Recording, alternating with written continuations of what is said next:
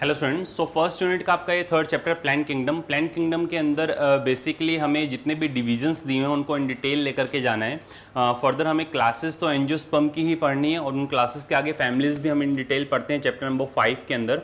But जो plant kingdom chapter है उसके अंदर इनका बेसिस ऑफ क्लासिफिकेशन क्या है, किन किन बेसिस पे इनको क्लासीफाई किया गया है, और फर्दर जो डिवीज़न के अंदर आगे आपको क्लासेस देखने को मिलती हैं उन क्लासेस के बारे में थोड़ा बहुत हमें जो है आइडिया होना चाहिए। चाहे वो आपका जो है क्लोरोफाइसी से लेकर के हो, क्लोरोफाइटा क्लोरोफाइसी से लेकर के हो, फियोफाइसी, रेडोफाइसी, या फिर हिपैटिकोप्सिडा, या फिर आपका एंथोसिरोप्सिडा हो, या फिर मोसिस के लिए ब्रायोप्सिडा। एंथोसिरोप्सिडा आपके सिलेबस में नहीं है। वहीं अगर अपनी बात करते हैं टाइडोफाइट्स की, तो टाइडोफाइट्स के अंदर साइलोप्सिडा है, लाइकोप्सिडा है, स्फिनोप्सिडा है और टेरोप्सिडा है।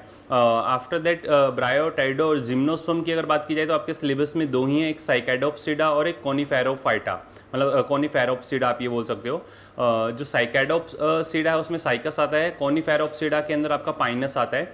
उसके अलावा जैसे नेटेल्स भी आपके एक ऑर्डर दिया हुआ है उधर इवोल्यूशन के अंदर, वो आपको उतना डिटेल नहीं जाना बट एटलीस्ट थोड़ा बहुत उसके बारे में आइडिया होना चाहिए। आफ्टर दैट सबसे लास्ट में आपको दिया हुआ है एंजियोस्पर्म के बारे में थोड़ा सा पॉइंट आपको दिया हुआ है कि एंजियोस्पर्मिक प्लांट के अंदर आगे क्लासेस को कैसे फर्दर क्लासीफाई किया गया है, किस बेसिस पे किया गया है वो बताया गया है। एट द एंड जो सबसे लास्ट में एक टॉपिक दिया हुआ था अल्टरनेशन ऑफ जनरेशन वाला, जो न्यू एनसीईआरटी के अंदर हटा दिया गया है बट ओल्ड एनसीईआरटी के अंदर वो था। और आप पूरे जितने भी पूरे चैप्टर के अंदर डिविजन्स आप पढ़ने वाले हैं उन डिवीजन के बेसिक्स के अंदर उनके लाइफ साइकिल्स को आप उसी के थ्रू ही प्रोसीड करेंगे। ठीक है, पूरा चैप्टर अपने रिवाइज करवा रहे हैं अच्छे से, एक बार इस पूरे चैप्टर को आप देखें। प्लांट किंगडम की अगर अपनी बात करते हैं तो स्टार्टिंग के अंदर आपको बताया हुआ है कि जिस तरीके से हमने अदर किंगडम्स हैं, मोनेरा, प्रोटिस्टा, फंजाई, प्लांटी और एनिमेलिया, इन सभी को जिन बेसिस पे हमने क्लासीफाई किया था स्टार्टिंग के अंदर, हमने जितने भी किंगडम्स हमने देखे हैं, मोनेरा, प्रोटिस्टा, फंजाई, प्लांटी और एनिमेलिया, RH व्हिटेकर के क्लासिफिकेशन के अकॉर्डिंग 1869 या 1969 1969 जो पंच जगत प्रणाली इन हिंदी बोला जाता है, 5 किंगडम क्लासिफिकेशन, जिसके बिहाफ पे हमने उनको क्लासीफाई किया था। स्टार्टिंग के अंदर 2 किंगडम का कॉन्सेप्ट आया था, 3 किंगडम का कॉन्सेप्ट आया था, 4 किंगडम का कॉन्सेप्ट आया था। आफ्टर दैट जो आज हम पढ़ते हैं लेटेस्ट वो है 5 किंगडम, और उसके बाद 6 किंगडम का भी आ चुका है कार्ल वूज के थ्रू, जिसके अंदर डोमेन्स को रख करके प्रोकैरिया, यूकैरिया और आर्किया, ये तीनों रख कर। बट हमारा जो मेन फोकस अभी है वो किस पे, 5 किंगडम क्लासिफिकेशन के अकॉर्डिंग आपकी एनसीईआरटी ही लिख करके देती है कि फर्दर प्लांट्स को क्लासीफाई किया गया है, जिसके अंदर आर्टिफिशियल, नेचुरल और फाइलोजेनेटिक, ये तीनों क्लासिफिकेशन, ये तीनों क्लासे आप सभी का ध्यान सामने होना चाहिए, आप सभी का ध्यान सामने होना चाहिए। जो भी एक्टिविटी आपके हो रही है वो सब आप छोड़ देना, हिले डुले नहीं। सुने, जो 5 किंगडम क्लासिफिकेशन हमने देखा उसके अंदर हर एक तरह का आर्टिफिशियल, नेचुरल और फाइलोजेनेटिक, यही हर किसी के अंदर हमें अप्लाई करना है। ये तीनों जब हम बात करते हैं आर्टिफिशियल की, आप मोनेरा, प्रोटिस्टा एंड फंजाई पे भी वही अप्लाई करेंगे। आप जो बात करते हैं प्लांटी और एनिमिलिया पे भी वही अप्लाई करेंगे। नेचुरल क्लासिफिकेशन अगर आप ब्रॉड टर्म देखें तो जितने भी किंगडम्स हैं उनको क्लासीफाई करने के लिए भी हमने इन तीनों को यूज़ किया, और विद इन किंगडम भी हम इन तीनों को यूज़ करते हैं। भाई अगर मैं प्लांट्स की बात कर रहा हूँ तो जब आप ओवरऑल पे बात कर रहे थे आपके पास में 3 तरह क्लासिफिकेशन है, आर्टिफिशियल, नेचुरल और फाइलोजेनेटिक।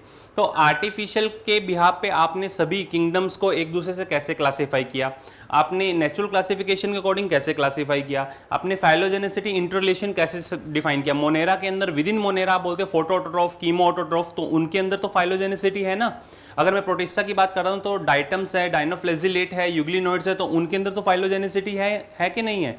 तो कहने का सेंस ये है कि जितने भी किंगडम्स आप पढ़ते हो सभी किंगडम्स को आप हर तरीके से कुछ ना कुछ ये तीनों जो क्लासिफिकेशन अप्लाई करके डिफाइन करते हो। तो हमने मतलब आप लोगों ने लिविंग वर्ल्ड, और लिविंग वर्ल्ड तो बेसिक सभी को डिफाइन कर रहे हैं। बायोलॉजिकल क्लासिफिकेशन के अंदर मोनेरा, प्रोटिस्टा और फंजाई के बारे में जनरलाइज कॉन्सेप्ट हमने पढ़े, उतना ही आपके सिलेबस में है। बट प्लांटी और एनिमेलिया पूरा एक चैप्टर है, प्लांट किंगडम और एनिमल किंगडम, जिसमें प्लांट किंगडम में स्टार्टिंग के अंदर आपको बताया आर्टिफिशियल क्लासिफिकेशन, जिसमें सुपरफिशियल ऑब्जर्वेबल कैरेक्टर्स हमने देखे। एरिस्टोटल की अगर बात की जाए तो उन्होंने भी herb, Shab and tree more scientific classification देने की कोशिश की थी। 2 किंगडम के अंदर जाते हो ना आप जब स्टार्टिंग के अंदर, और फिर उसके बाद में जो यहाँ इस चैप्टर के अंदर आप पढ़ते हैं, इस चैप्टर के अंदर artificial classification based on the superficial morphological character like nature plant, nature of plant, colour है, नंबर लीफ का कलर है, नंबर है और शेप ऑफ लीव्स, इसके बिहार पे आप वेजिटेटिव कैरेक्टर्स के बिहार पे डिफाइन कर रहे थे। बट वेजिटेटिव कैरेक्टर्स और रिप्रोडक्टिव कैरेक्टर्स को मतलब प्रॉब्लम क्या आई, दोनों को क्या किया, इक्वल वेटेज दे दिया गया। और vegetative characters are easily influenced by the environmental changes, environmental changes से इजीली चेंज हो जाते हैं। और ये पॉइंट मैं आपको हर बार प्रूव करता आया हूँ। मॉर्फोलॉजी के अंदर भी स्टार्टिंग पैराग्राफ में एडेप्टेशन के अकॉर्डिंग चेंजेस दिए हैं, आपको एनाटॉमी के भी फर्स्ट पैराग्राफ के अंदर लास्ट लाइन एडेप्टेशन के अकॉर्डिंग चेंजेस लिख करके दिए हैं। आपको सेक्सुअल रिप्रोडक्शन फ्लावरिंग प्लांट्स के अंदर भी सम हाउ थोड़ा बहुत एडेप्टेशंस आपको फ्लोरल कैरेक्टर्स के अंदर भी एक ही फैमिली के अंदर देखने को मिल सकता है। तो वो सारी चीजें, जैसे कई कुछ एक मेंबर्स ऐसे होंगे जो कुछ डिफरेंट जो है फ्लोरल फीचर्स शो कर रहे होंगे रेस्ट ऑफ फैमिली से लेकर के, वो एडेप्टेशंस के अंदर आएगा। किसके अंदर आएगा, एडेप्टेशन। वो उस फैमिली का मेन फीचर नहीं है, बट कहीं ना कहीं जिस रीजन के अंदर वो प्लांट्स मिल रहे होंगे उसके अकॉर्डिंग खुद ने उसको एडेप्ट किया है। ठीक है, अब आ जाओ, वहीं हम बात करते हैं वेजिटेटिव कैरेक्टर्स और रिप्रोडक्टिव कैरेक्टर्स के भी यहाँ पे सारी चीजें डिफाइन की गई। बट डिसएडवांटेज क्या था, दोनों को इक्वल वेटेज दे दिया गया, easily influence by the environmental factor. और कुछ एक ऐसे कैरेक्टर थे जो क्लोजली रिलेटेड थे, ऐसी स्पीशीज जिनके अंदर कुछ कैरेक्टर्स हमें सिमिलर देखने को मिल रहे थे, उनको तो क्या रख दिया है अलग अलग। और कुछ जो different few characters, observable characters के बिहार पे जो बाकी कैरेक्टर्स के अंदर मैच नहीं कर रही थी, उन स्पीशीज को रख दिया साथ में। तो ये प्रॉब्लम भी आ रही थी आर्टिफिशियल क्लासिफिकेशन के अंदर। क्लियर। और आर्टिफिशियल क्लासिफिकेशन किसने दिया था, कैर्लस लीनियस ने। उसके बाद Bentham and Joseph Dalton Hooker ने नेचुरल क्लासिफिकेशन दिया। इन्होंने एक्सटर्नल फीचर के साथ साथ इंटरनल फीचर्स को भी प्रायोरिटी पे रखा। एक्सटर्नल फीचर के साथ साथ जब इंटरनल फीचर्स प्रायोरिटी पे आए,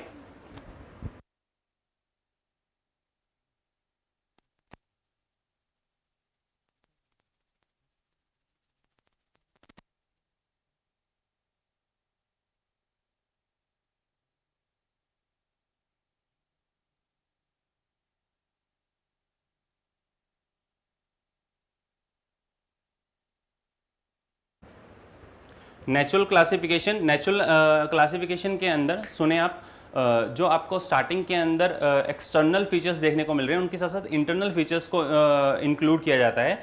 नेचुरल एफिनिटीज़ को देखा जाता है, मतलब जो प्लांट्स हैं उनकी नेचुरल एफिनिटीज़ और external feature as well as internal feature. Internal feature को याद करने का तरीका मैंने आप लोगों को बताया था, याद है? चैप्टर नंबर 6, चैप्टर नंबर 6, 7, 8, 9, इनको आप सोचते जाओगे तो आप बता सकते हो। 5 नंबर एक्सटर्नल फीचर तो हो गया मॉर्फोलॉजी। उसके बाद में 6 नंबर पे क्या आता है आपका, एनाटॉमी। 8 नंबर पे प्लांट सेल की स्ट्रक्चर हमने देखी थी, क्या आता है, अल्ट्रा स्ट्रक्चर। 9 नंबर पे बायोमोलिक्यूल फाइटोकेमिस्ट्री और 10 नंबर पे सेल डिवीजन एम्ब्रियोलॉजी। ये सारे पॉइंट्स आपको अच्छे से पता होना चाहिए। और अभी तक नीट हिस्ट्री के अंदर यहाँ से क्वेश्चन नहीं पूछा गया है। इस पूरे फर्स्ट मतलब 2 पेजेस के अंदर 2 चीजें इंपॉर्टेंट है इस साल के लिए, स्पेसिफिकली बोल रहा हूं मैं। एक तो ये कि कौन कौन से ऐसे फीचर्स इंक्लूड किए गए हैं, कौन कौन से ऐसे फीचर्स बाद में इंक्लूड किए गए हैं जिसके बिहाफ पे मतलब आर्टिफिशियल से नेचुरल थोड़ा सा बेस्ट लेवल पे आ रहा है। ठीक है, एनाटॉमी, फाइटोकेमिस्ट्री, अल्ट्रा स्ट्रक्चर और एम्ब्रियोलॉजी, ये 4 फीचर्स है जिसको हम इंक्लूड करते हैं। ये एनसीईआरटी ने लिख करके भी दिया है आपको, लिख करके भी दिया हुआ है। मतलब जैसे आप पेज टर्न करोगे सबसे ऊपर फर्स्ट लाइन ही है ये। ठीक है, और नेक्स्ट आपको उसके अंदर एक पॉइंट मैंने यहाँ पे ये रिमार्क करवाया, ये पॉइंट मैंने यहाँ रिमार्क करवाया, दिख रहा है आपको? एक पॉइंट यहां रिमार्क करवाया। दूसरा point phylogenetic classification. Phylogenetic classification के अंदर क्या है, मतलब आर्टिफिशियल हमने पढ़ा, नेचुरल हमने पढ़ा, और थर्ड क्या है, फाइलोजेनेटिक। अब फाइलोजेनेटिक को ढंग से समझो। फाइलोजेनेटिक का सबसे पहला इंपॉर्टेंट पॉइंट कि इसका इंटर रिलेशन, जो इसके एंसेस्टर हैं उनसे इंटर रिलेशन।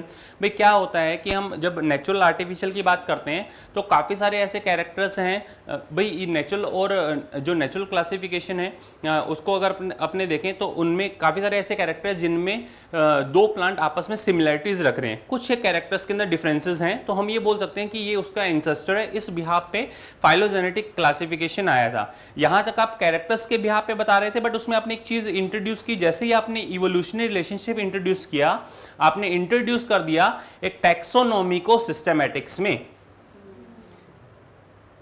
जैसे ही आपने ये कैरेक्टर इंट्रोड्यूस किया, एक टेक्सोनॉमी को आप किस में ले गए, नॉर्मल को सिस्टमैटिक्स के अंदर ले गए। सिस्टमैटिक्स क्या होता है, जब ऑर्गेनिज्म का इवोल्यूशन रिलेशनशिप आप डिफाइन करना, बाकी तो सारे फीचर्स हैं ही हैं, डेवलपमेंट प्रोसेस है, डेवलपमेंट प्रोसेस हम बता रहे हैं, एक्सटर्नल फीचर बता रहे हैं, इंटरनल फीचर बता रहे हैं, बट हमने इंट्रोड्यूस क्या किया, उसका इवोल्यूशनरी रिलेशनशिप इंट्रोड्यूस किया। इट मीन्स नेचुरल से फाइलोजेनेटिक क्लासिफिकेशन में जब हम जा रहे हैं, हम नॉर्मल टेक्सोनॉमी से हम सिस्टमैटिक्स के अंदर जा रहे हैं।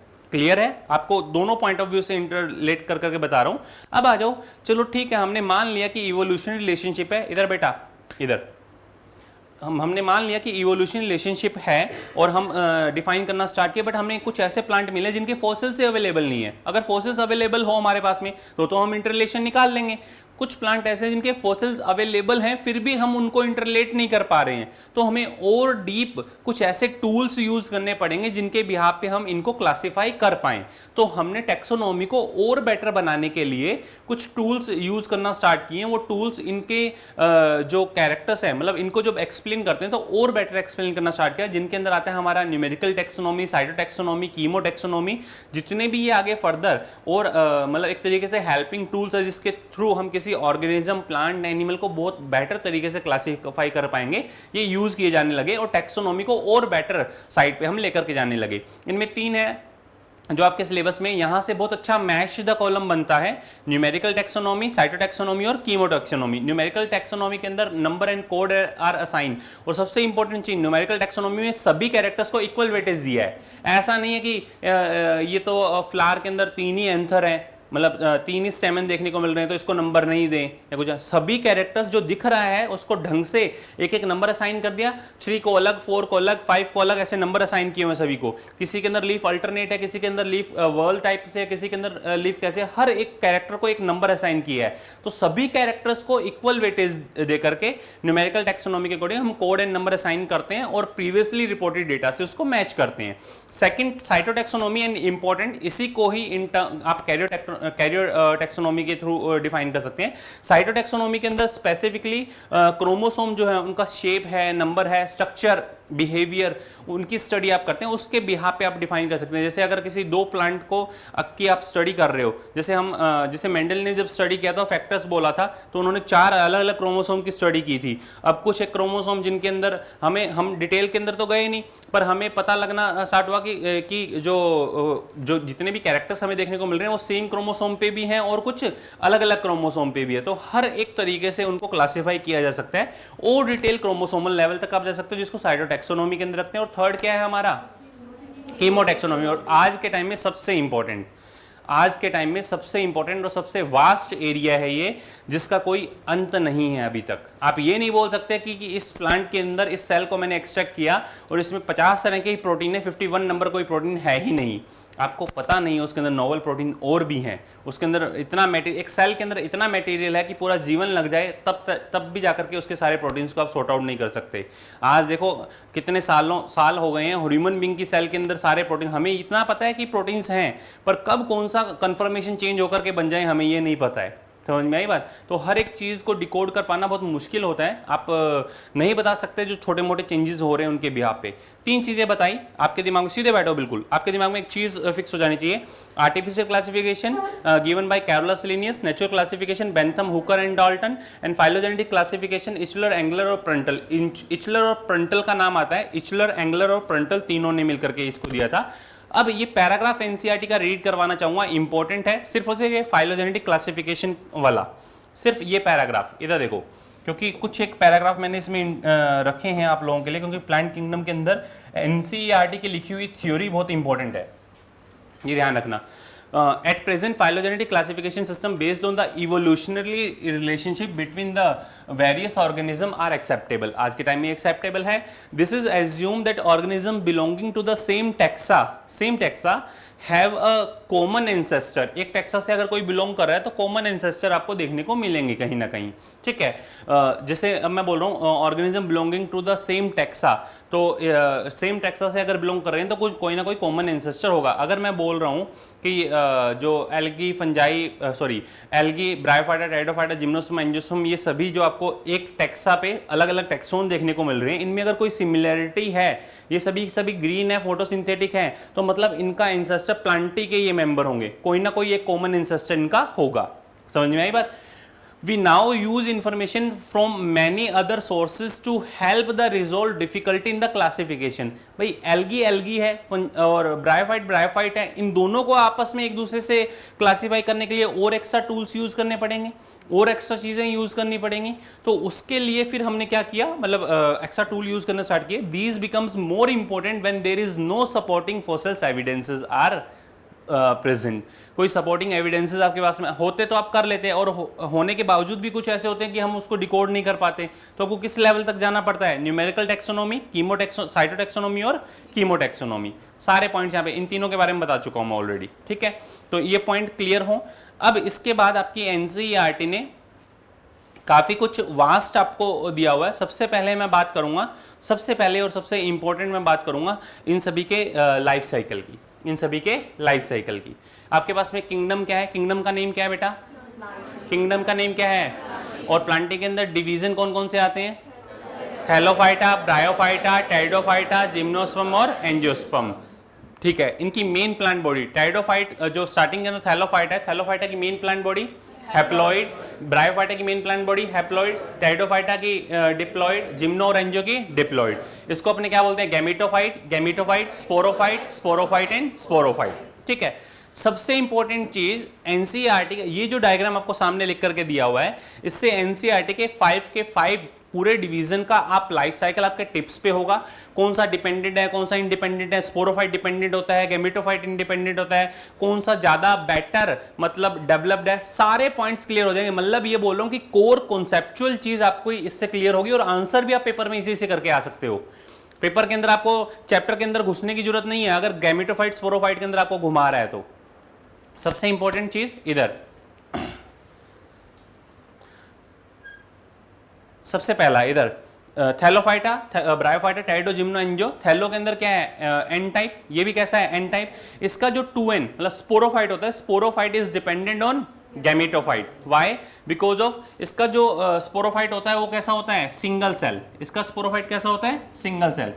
ये कैसा होगा, आपको सिंगल सेल देखने को मिलेगा। सिंगल सेल किससे रिप्रेजेंट होता है, जाइगोट। किससे रिप्रेजेंट होता है, जाइगोट। और जाइगोट में क्या होता है, इमीडिएट मियोसिस। जाइगोट में क्या होता है, इमीडिएट मियोसिस। इसी वजह से इसके अंदर एम्ब्रियो की फॉर्मेशन नहीं होती, इसमें एम्ब्रियो फॉर्मेशन नहीं होता। थैलोफाइटा एक ऐसा है जिसके अंदर एम्ब्रियो फॉर्मेशन नहीं होता, इस वजह से इसको क्या बोलते हैं, नॉन एम्ब्रियोफाइट। और बाकी बचे हुए जो सभी होते हैं वो कैसे होते हैं, एम्ब्रियोफाइट। ये कैसे है, नॉन एम्ब्रियोफाइट, और रेस्ट ऑफ जितने भी हैं वो सभी कैसे हैं, एम्ब्रियोफाइट। यहाँ पे मेन प्लांट बॉडी क्या है, एन टाइप, और इसके एन टाइप मतलब गैमेटोफाइट, जो इसके अंदर आपको main plant body thallus like structure देखने को मिलता है, एन टाइप है। और 2n टाइप स्पोरोफाइट इसके ऊपर डिपेंडेंट हो भी सकता है, और कंप्लीटली डिपेंडेंट, टोटली और पार्शियली। यहाँ पे 2 वर्ड यूज किए, टोटली डिपेंडेंट और पार्शियली डिपेंडेंट। ब्रायोफाइटा के अंदर, ब्रायोफाइटा का जो स्पोरोफाइट है, फुट, सीटा और कैप्सूल के अंदर जब मैं बात करता हूं वो स्पोरोफाइट को रिप्रेजेंट करता है। Foot, seta, capsule represented the sporophyte of bryophyte. समझ में आई बात? मैं root, stem, leaf word use नहीं कर रहा हूं, मैं foot, seta, capsule word use कर रहा हूं, ठीक है। फुट, सीटा और कैप्सूल जो होगा वो किसके, इसको स्पोरोफाइट को रिप्रेजेंट करता है, और ये इसके गैमेटोफाइट पे रहता है। अब 100% वहीं से न्यूट्रिशन ले, या थोड़ा सा खुद ग्रीन फोटोसिंथेटिक हो गया है, ठीक है। अगर 100% न्यूट्रिशन लेगा तो क्या बोलोगे, टोटली डिपेंडेंट। और थोड़ा बहुत अगर खुद न्यूट्रिशन बना रहा है तो उसको क्या बोलोगे, पार्शियली डिपेंडेंट। तो पार्शियली वाला जो होता है वो कैसा होता है, मोसिस, और जो टोटली डिपेंडेंट होगा वो कैसा होगा, लीवर वर्ड। ये एनसीईआरटी की एग्जैक्ट लाइन है, second last paragraph, third last paragraph of NCERT, जिसके अंदर अल्टरनेशन ऑफ जनरेशन आपको दिया हुआ है। ओल्ड एनसीईआरटी पेज नंबर 43, सबसे ऊपर का पैराग्राफ देखो। ओल्ड एनसीईआरटी पेज नंबर 43, सबसे ऊपर का पैराग्राफ ओल्ड एनसीईआरटी के अंदर है ये, जहां पे आपको लाइफ साइकिल दी है। सबसे ऊपर के पैराग्राफ में दिया हुआ है कि फ्री फोटोसिंथेटिक जो इसकी डोमिनेंट फेज होती है वो गैमेटोफाइट होती है, ठीक है, जिसके अंदर मल्टी सेलुलर स्ट्रक्चर आपको देखने को मिलती है। वहीं इसका जो स्पोरोफाइट होता है वो टोटली और पार्शियली डिपेंडेंट होता है। टोटली और पार्शियली वर्ड उसमें यूज किया हुआ है।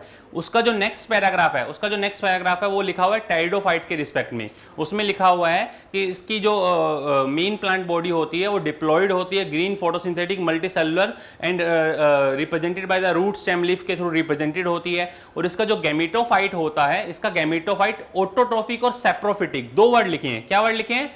ऑटोट्रोफिक और सैप्रोफिटिक। वो ऑटोट्रोफ का मीनिंग क्या हो गया? खुद अलग होकर के अपना न्यूट्रिशन ले सकता है, और सैप्रोफाइट का मतलब मेन प्लांट बॉडी से अटैच रहेगा, ताकि सीड हैबिट के प्रीकर्सर की तरह ये कंसीडर होते हैं। तो यहाँ पे मेन प्लांट बॉडी क्या होती है? 2n। मेन प्लांट बॉडी क्या होती है? 2n। और यहाँ पे जो इसका गैमेटोफाइट होता है वो या तो ऑटोट्रोफिक होता है या फिर सैप्रोफिटिक। यहाँ पे मेन प्लांट बॉडी n थी, इसका स्पोरोफाइट इस पे डिपेंडेंट था टोटली और पार्शियली। यहाँ पे मेन प्लांट बॉडी कैसी है? रूट स्टेम लीफ स्पोरोफाइट, तो इस पे डिपेंडेंसी किसकी आएगी? गैमेटोफाइट की।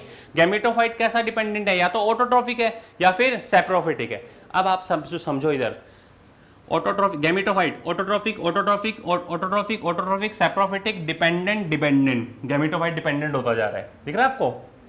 अगर आप समझें, ये एरो जो लगाया हुआ है, दिख रहा है आपको? फोटोसिंथेसिस, सिंथेटिक नेचर कैसी होती जा रही है? कम होती जा रही है। यहां पर डिपेंडेंट, 100% डिपेंडेंट, डिपेंडेंट, इंडिपेंडेंट होना स्टार्ट हुआ, पार्शियली है तो इंडिपेंडेंट होना स्टार्ट हो जाएगा।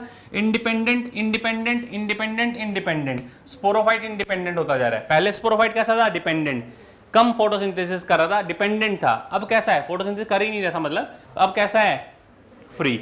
तो मतलब ये जो लिखा हुआ है ना सामने, ये बहुत सोच समझ करके बनाया गया है। एनसीईआरटी की exact line, totally, partially, autotrophic, saprophytic, dependent, gametophyte, sporophyte is dependent on gametophyte, sporophyte is dependent on the gametophyte totally और partially, gametophyte is dependent on sporophyte, autotrophic और saprophytic. Autotrophic with respect to the complete pteridophyte, but the saprophytic nature is for the Selaginella और Salvinia, जो heterotrophic nature seed habit के precursor की तरह काम करेंगे। इधर gametophyte is totally dependent on sporophyte, gametophyte is totally dependent on sporophyte, and gametophyte is represented by 1 to few cell embryo sac बनता है ना इनके अंदर। इसके अंदर एम्ब्रियो सैक की जगह आर्चिगोनिया आपको देखने को मिलता है, और लास्ट के अंदर एम्ब्रियो सैक होता है। इसमें 1 to few cell, और यहाँ पे भी एम्ब्रियो सैक के अंदर 7 cell 8 न्यूक्लिएटेड कंडीशन होती है, तो 1 to few cell। Female gametophyte की अगर मैं बात करूं, मेल गैमेटोफाइट में पोलन ग्रेन, ठीक है। तो सबसे रिड्यूस गैमेटोफाइट किसमें मिलेगा आपको? जिम्नो और एंजियोस्पर्म में रिड्यूस गैमेटोफाइट। और सबसे इलेबोरेट गैमेटोफाइट इसका ब्रायोफाइट का मोसिस सबसे बेस्ट गैमेटोफाइट होता है उसमें, ब्रायोफाइट के मोसिस के अंदर, ठीक है। इस सभी को याद रखने का जो बेस्ट तरीका है, आपको ये ग्राफ मैंने बताया था। देखो भाई, बिना फिजिक्स और केमिस्ट्री के आप बायो नहीं पढ़ पाओगे। ये तो आप जानते हो, फर्स्ट डे से जानते हो, रिडक्शनिस्ट बायोलॉजी जानते हो ना। बिना फिजिक्स और केमिस्ट्री के आप बायो नहीं पढ़ पाओगे, वही है ये। अगर आप देखें एन टाइप जो है गैमेटोफाइट को बताया हुआ, ये Chlorophyceae, Phaeophyceae, Rhodophyceae gametophyte develop होता जा रहा है। डेवलप होता लिवरवर्ट, एंथोसिरोप्सिडा और मोसिस के अंदर सबसे बेस्ट गैमेटोफाइट होता है। उसके बाद गैमेटोफाइट रिड्यूस होना स्टार्ट हो जाता है। मोसिस के बाद साइलोप्सिडा, लाइकोप्सिडा, स्पिनोप्सिडा, टायरोप्सिडा, साइकैडोप्सिडा, कोनिफेरोप्सिडा और एंजियोस्पर्म। समझ में आई बात? जैसे आप एंजियोस्पर्म में डाइकोटिलिडोन, मोनोकोटिलिडोन्स के अंदर आते हो तो reduced form 1 to few cell रह जाता है। यहाँ पे गैमेटोफाइट इलेबोरेट होकर के फिर 1 to few cell तक पहुंचा। तो अब आपका क्वेश्चन जब सब सामने आए तो मोसिस को सबसे ऊपर रखने, इससे पहले कम हो रहा है और इससे बाद में कम हो रहा है इधर। और जो स्पोरोफाइट की कहानी तो सिंपल है, सबसे पहले सबसे रिड्यूस, फिर धीरे धीरे बढ़ता एंजियोस्पर्म में सबसे बेस्ट स्पोरोफाइट होता है। इससे चैप्टर का कोर कॉन्सेप्ट्स क्लियर होते हैं। ये जो पॉइंट आपको बताएं, इस चैप्टर के कोर कॉन्सेप्ट, हम कॉन्सेप्चुअल जो चैप्टर को देखना चाह रहे हैं वो क्लियर होता है। बाकी तो देखो चीजें याद करने वाली काफी हैं, बट कॉन्सेप्ट यहीं से क्लियर होंगे। जितने पॉइंट्स हमने पढ़े हैं उसके बिहाव पे इस टेबल को हम थोड़ा सा देख लें तो चीजें हमारी बेटर क्लियर हो जाएंगी। इधर इस टेबल को हम देख लें तो चीजें हमारी बेटर क्लियर हो जाएंगी। थैलोफाइटा, ब्रायोफाइटा, टाइडोफाइटा, जिम्नोस्पर्म और एंजियोस्पर्म। और एक बात बता देता हूं आपको, अभी ध्यान रख लेना, इस टेबल को एक बार जिसने रिवाइज कर लिया, ढंग से पढ़ लिया, मिनिमम 1 क्वेश्चन और बाकी आपकी किस्मत है। एक क्वेश्चन तो आपको मिलेगा ही मिलेगा, फिक्स है। कहीं पर भी कुछ भी पूछ लेगा वो हर साल आता है, फिक्स है। इधर देखो, मेन प्लांट बॉडी यहाँ पे क्या होती है? गैमेटोफाइट, स्पोरोफाइट, फिर एम्ब्रियो, नॉन एम्ब्रियोफाइट, एम्ब्रियोफाइट, क्या वेस्कुलर बंडल होते हैं? क्या वेस्कुलर बंडल होते हैं? First vascular plant are pteridophyte, gymnosperm और एंजियोस्पर्म। जिम्नोस्पर्म में वेसल्स नहीं मिलेंगी और एंजियोस्पर्म में वेसल्स मिलेंगी, वो इसका कैरेक्टरिस्टिक्स है। ठीक है, इधर ओव्यूल एंड सीड एब्सेंट। यहाँ पे आपको सीड मिलेगा, ओव्यूल भी मिलेगा, यहाँ पे आपको ओव्यूल भी मिलेगा, सीड भी मिलेगा, फ्लावर भी मिलेगा और फ्रूट भी मिलेगा। ठीक है, फर्स्ट, फिर उसके बाद ओवरी एंड फ्रूट, एब्सेंट और लास्ट के अंदर आपको क्या मिलेगा? Ovary and fruit. ओवरी का प्रेजेंट होना मतलब कार्पल का प्रेजेंट होना और उससे फ्रूट बनना, ये किसका कैरेक्टरिस्टिक्स है? ये सिर्फ एंजियोस्पर्मिक प्लांट का है। ओव्यूल यहाँ पे कैसे होते हैं? यूनिटेगमिक ऑर्थोट्रोपस, यहाँ पे कैसे होते हैं? Bitegmic anatropous. बहुत क्लियरली सारे पॉइंट्स बता करके आया हूं मैं आपको, ये काफी बार बताया है। ओवरी एंड फ्रूट फ्लावर सब में एब्सेंट है, लास्ट के अंदर प्रेजेंट। इसके क्वेश्चन पता कैसे आएंगे? विच one of the following statement या फिर option is correct, given correct. तो आपको लिख करके देगा सब कुछ। यहाँ पे कुछ पॉइंट्स लिखे, इसके लिए लिखा प्लस, इसके लिए लिखा माइनस, माइनस प्लस प्लस, ऐसे लिख करके देगा। तो आपको पहचानना होगा इसमें ओव्यूल है या नहीं है। यहाँ पे एक वर्ड लिखा embryo, minus plus plus plus plus, मतलब ये वाला पॉइंट सही है। समझ में आई बात? ऐसे क्वेश्चंस आते हैं, इसके अच्छे क्वेश्चंस बनते हैं यहाँ से। तो तभी तो ये पूरी टेबल ऐसा नहीं लिख करके देगा कि एम्ब्रियोफाइट है या नहीं है। यहाँ लिख दिया एम्ब्रियो, यहाँ लिखेगा क्या? माइनस, इधर क्या लिखेगा? प्लस प्लस, इट मीन्स क्या है? प्रेजेंट है। माइनस का मीनिंग क्या है? प्रेजेंट नहीं है, एब्सेंट है। क्लियर? ऐसे क्वेश्चंस आते हैं यहाँ से, बढ़िया क्वेश्चन बनते हैं, आप देखना, बहुत मतलब अच्छे क्वेश्चंस। इधर जो फीमेल रिप्रोडक्टिव ऑर्गन और मेल रिप्रोडक्टिव ऑर्गन, यहाँ पे एंथीडियम, मेल रिप्रोडक्टिव एंथीडियम, माइक्रोस्पोरोफिल और स्टेमन। ठीक है, यहाँ पे female reproductive organ oogonium, archegonia और लास्ट में कार्पल। यहाँ पर मतलब वाटर की रिक्वायरमेंट होगी, जूडियोगैमी मतलब वाटर रिक्वायरमेंट, यहाँ पर भी वाटर रिक्वायरमेंट, और इन दोनों के अंदर वाटर की रिक्वायरमेंट नहीं है। विंड पॉलिनेशन ओनली, और यहाँ पे pollination, number of type of pollination आपको देखने को मिलेंगे। इधर साइफोनोगैमी मतलब जो पोलन ट्यूब फॉर्मेशन वाला, absent, present and present. Endosperm, absent, यहाँ पे एंडोस्पर्म कैसा होगा?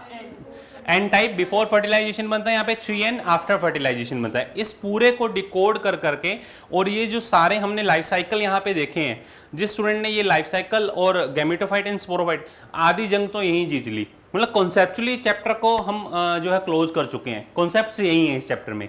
अब हमें पता होना चाहिए कि which type of structure can behave as an gametophyte in thallophyta, bryophyta, pteridophyta, gymnosperm, angiosperm. इनमें गैमेटोफाइट की तरह बिहेव कौन कर रहा है और स्पोरोफाइट की तरह बिहेव कौन कर रहा है, हमें ये चीज पता होनी चाहिए। अगर ये नहीं पता है तो फिर कोई सेंस ही नहीं है।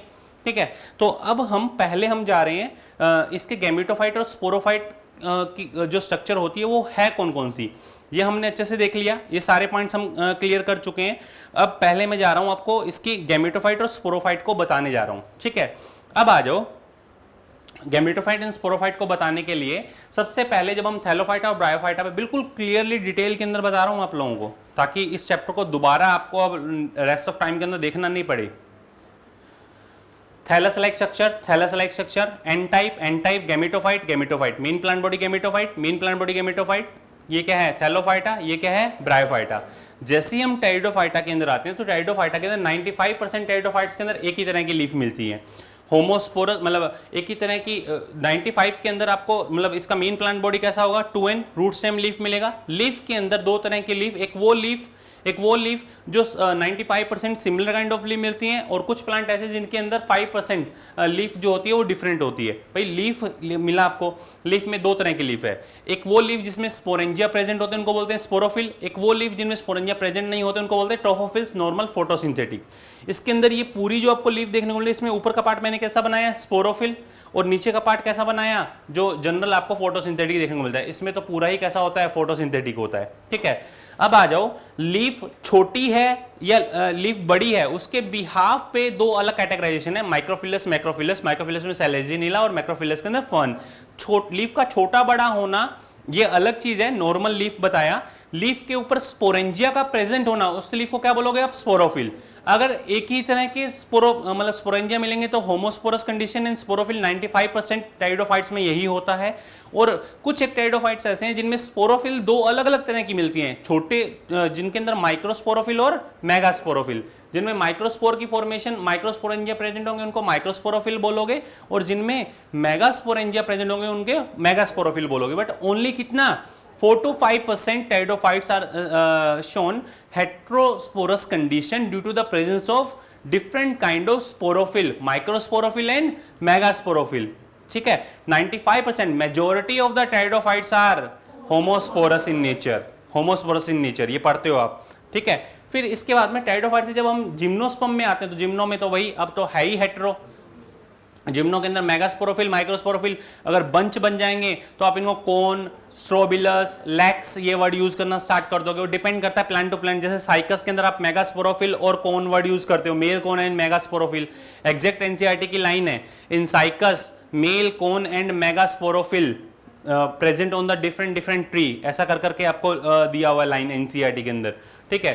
तो ये तो होगा जिम्नोस्पर्म का, किसका हुआ ये जिम्नो। अब जैसे ही एंजियोस्पर्म में आओगे, एंजियोस्पर्म में आओगे तो रिड्यूस्ड एंजियोस्पर्म में क्या मिलते हैं, फ्लावर, स्पोरोफिल है यहाँ पे, तो यहाँ पे स्पोरेंजिया स्पोर वैसे बनते हैं, यहाँ पे स्पोरोफिल नहीं होता। Megasporophyll becomes a carpel, microsporophyll becomes a stamen, ठीक है।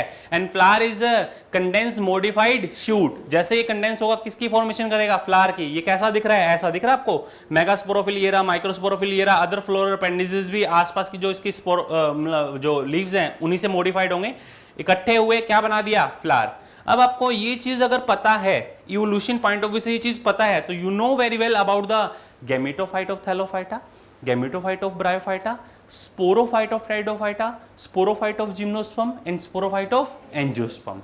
मेन प्लांट बॉडी को मैंने, क्योंकि आपको पता चल रहा हो किस स्टाइल से इसको अपने कंप्लीट करें। जब डिवीजन पे पहुंचेंगे तो हमें मैक्सिमम चीजें पता होगी, फिर हमें फिक्स करना है कि हाँ ये इसके अंदर है। समझ में आ रहा होगा आपको। नेक्स्ट अब आ जाइए, इसी के बाद में एक पॉइंट जो हमेशा हमें ट्रांजिशन कहाँ मिला, इस टाइडोफाइट में मिला। तो टाइडोफाइट के अंदर हम जाते हैं, टाइडोफाइट को थोड़ा सा डिटेल यहीं बता रहा हूं। दो तरह की लीफ होती है टाइडोफाइट में, एक छोटी लीफ होती है और एक बड़ी होती है। छोटी लीफ के अकॉर्डिंग सैलेजिनेला, बड़ी लीफ के अकॉर्डिंग फर्न। बट छोटी बड़ी लीफ के अलावा लीफ के टाइप में वेरिएशन है, जिनमें स्पोरेंजिया प्रेजेंट होंगे तो उनको क्या बोलोगे, स्पोरोफिल। अब स्पोरोफिल में 95% तो होमोस्पोरस होती है, बट बचे हुए 5% में क्या मिलता है, माइक्रोस्पोरोफिल और मेगास्पोरोफिल। तो मतलब दो तरह की लीफ हो गई एक ही प्लांट पे। तो ये किसमें मिलता है, ये सिर्फ और सिर्फ आपको मिलेगा सेलेजिनेला और सैल्विनिया।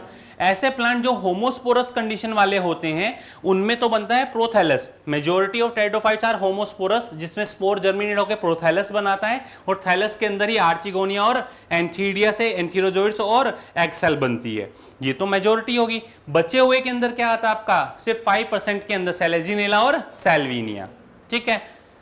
याद रख लेना बहुत अच्छे से कि a fern which showing the heterosporous condition is Selaginella, Salvinia और सारी कहानियां, और लास्ट के अंदर फर्न बोला है तो क्या आएगा आंसर, फर्न वर्ड बहुत इंपॉर्टेंट है ना।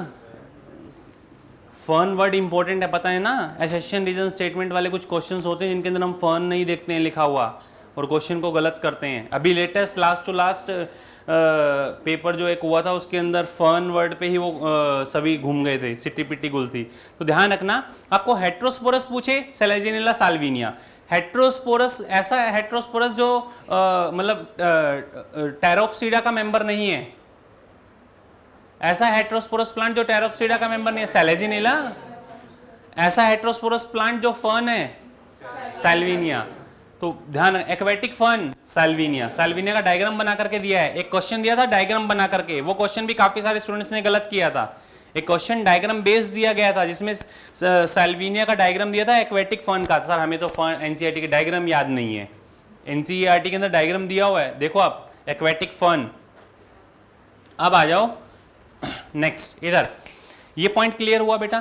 आपको पता चल रहा होगा कि मैं बिल्कुल छोटे छोटे पॉइंट्स को अलग कर करके आपको बता रहा हूं ताकि हम चीज़ों को थोड़ा सा ढंग से कर पाएं, समझ पाएं आगे।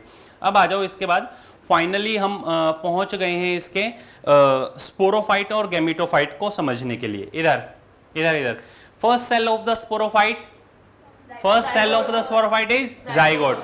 थैलोफाइटा का जाइगोट, ब्रायोफाइटा का जाइगोट, सभी के जाइगोट लिखे हुए हैं।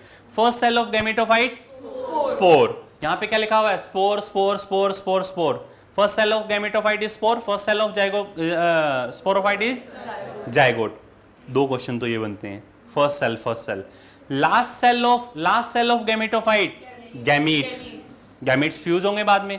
और last cell of sporophyte spore mother cell. क्या बोलोगे, स्पोर मदर सेल, जिसमें मियोसिस के थ्रू क्या बन जाएंगे, स्पोर। फिर स्पोर से क्या बना, गैमेटोफाइट। आपसे कोई पूछे, दोबारा रिपीट कर रहा हूं, सुनिए। First cell of gametophyte spore, last cell of gametophyte gametes, ठीक है। फर्स्ट सेल ऑफ स्पोरोफाइट और last cell of sporophyte spore mother cell. Clear होना चाहिए। अब सारी कहानी ऐसे है, देखना इधर से लास्ट में पहुंचोगे, यहां से जिसमें भी लास्ट में पहुंचोगे जो स्पोरोफाइट होगा वो 2n होगा, इसका स्पोरोफाइट 2n जाइगोट। और जाइगोट कभी भी माइटोसिस के थ्रू एम्ब्रियो फॉर्मेशन नहीं करता, नॉन एम्ब्रियोफाइट होता है। जाइगोट में क्या होता है, इमीडिएट मियोसिस, और मियोसिस से क्या बनता है, स्पोर। स्पोर से क्या बनेगा, जर्मिनेट होकर गैमेटोफाइट मल्टीसेलुलर। इसकी मेन प्लांट बॉडी गैमेटोफाइट है। गैमेटोफाइट, इसमें एक बना उगोनियम, एक बना एंथीडियम, उसमें बना एग सेल, इसमें बना एंथीरोजोइड। दोनों फ्यूज होंगे, क्या बनेगा, जाइगोट। दोनों के फ्यूज होने से क्या बनेगा, जाइगोट। ये लाइफ साइकिल खत्म। सेकंड नंबर ब्रायोफाइटा की मेन प्लांट बॉडी गैमेटोफाइट। क्या होगा, स्पोर से क्या बना, गैमेटोफाइट। अब गैमेटोफाइट के अंदर, गैमेटोफाइट पे एक बना आर्चिगोनिया, एक ने बनाया एंथीडियम। आर्चिगोनिया में एग सेल, एंथीडियम में क्या बना, एंथीरोजोइड। दोनों फ्यूज होंगे, दोनों फ्यूज होकर के क्या बनेगा, जाइगोट। जाइगोट में क्या हुआ, माइटोसिस। माइटोसिस के थ्रू क्या बना, स्पुट, सीटा और कैप्सूल। कैप्सूल के अंदर क्या होंगी, spore mother cell. Spore mother cell में क्या होगा, मियोसिस। मियोसिस से क्या बनेंगे, स्पोर। स्पोर किसको बनाएगा, गैमेटोफाइट। गैमेटोफाइट पे एंथीडियम आर्चिगोनियम, रिप्रोडक्टिव ऑर्गन्स, एंथीडियम आर्चिगोनियम। यहां से एग सेल और एंथीडियम, इनको फ्यूज होके क्या बने, जाइगोट। ये कहानी। अब सेकंड नंबर, ये तो है डायरेक्ट वाला। सेकंड नंबर, इसके अंदर जो एंथीडियम आर्चिगोनियम हुआ, एंथीडियम जो आर्चिगोनियम की हम बात करें, हम यहाँ पे जब स्पोर के जर्मिनेशन की बात करते हैं तो स्पोर डायरेक्टली गैमेटोफाइट को बनाए या पहले स्पोर क्या बनाए, प्रोटोनीमा, लीफी स्टेज, और उसके प्रोटोनीमा की फॉर्मेशन करे, लीफी स्टेज की फॉर्मेशन करे, फिर जाकर के इसके अंदर एंथीडियम और आर्चिगोनियम के अंदर एंथीरोजोइड और एक्सेल की फॉर्मेशन हो। तो दो तरीके हैं, एक तो ये सीधा डायरेक्ट स्पोर से गैमेटोफाइट, ये दोनों बने, फ्यूज होके जाइगोट, ये पूरा कंप्लीट हुआ, फिर स्पोर बने, वापस ये कहानी चलती रही। दूसरा, स्पोर पहले डायरेक्टली गैमेटोफाइट ना बना करके इनडायरेक्ट तरीके से प्रोटोनीमा एंड लीफी स्टेज। इस साल का क्वेश्चन लिख लो, 101% आएगा प्रोटोनीमा पे क्वेश्चन, ये ध्यान रख लेना। मोसिस का क्वेश्चन ढंग से, मैं फिर से रिपीट कर रहा हूं, और इसके पॉइंट्स, क्रीपिंग, ग्रीन, फिलामेंटस और ब्रांच। क्रीपिंग, ग्रीन, फिलामेंटस और ब्रांच। और ये मैंने आपको बताया था ग्रीन ब्रफी से, उसके आगे वो सी भी एक बड़ा सारा लगाया था, याद है, ऐसे ऐसे बताया था आपको। इसको याद रखने का तरीका, ग्रीन ब्रफी, ब्रांच कंडीशन, और ये फिलामेंटस, ये ग्रीन, और ये क्रीपिंग। क्रीपिंग, ग्रीन, फिलामेंटस और ब्रांच मल्टी सेलुलर होगा। कैसा होगा, multicellular. Gametophyte and sporophyte both are multicellular. सिर्फ स्पोरोफाइट एक जगह ही ऐसा है जहां पे स्पोरोफाइट यूनिसेलुलर है, बाकी सारे, आपसे कोई पूछे गैमेटोफाइट और स्पोरोफाइट मल्टी सेलुलर होते हैं, यूनिसेलुलर।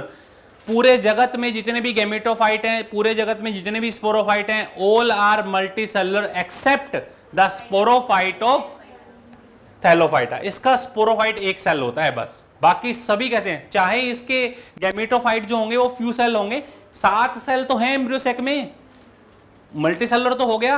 एम्ब्रियोसेक इसका गैमेटोफाइट 7 सेल तो है। पोलन ग्रेन के अंदर आपको जर्म सेल, वेजिटेटिव सेल 2 से 3 सेल होती हुई तो दिखती है, तो मतलब मल्टी सेलुलर तो हो गया।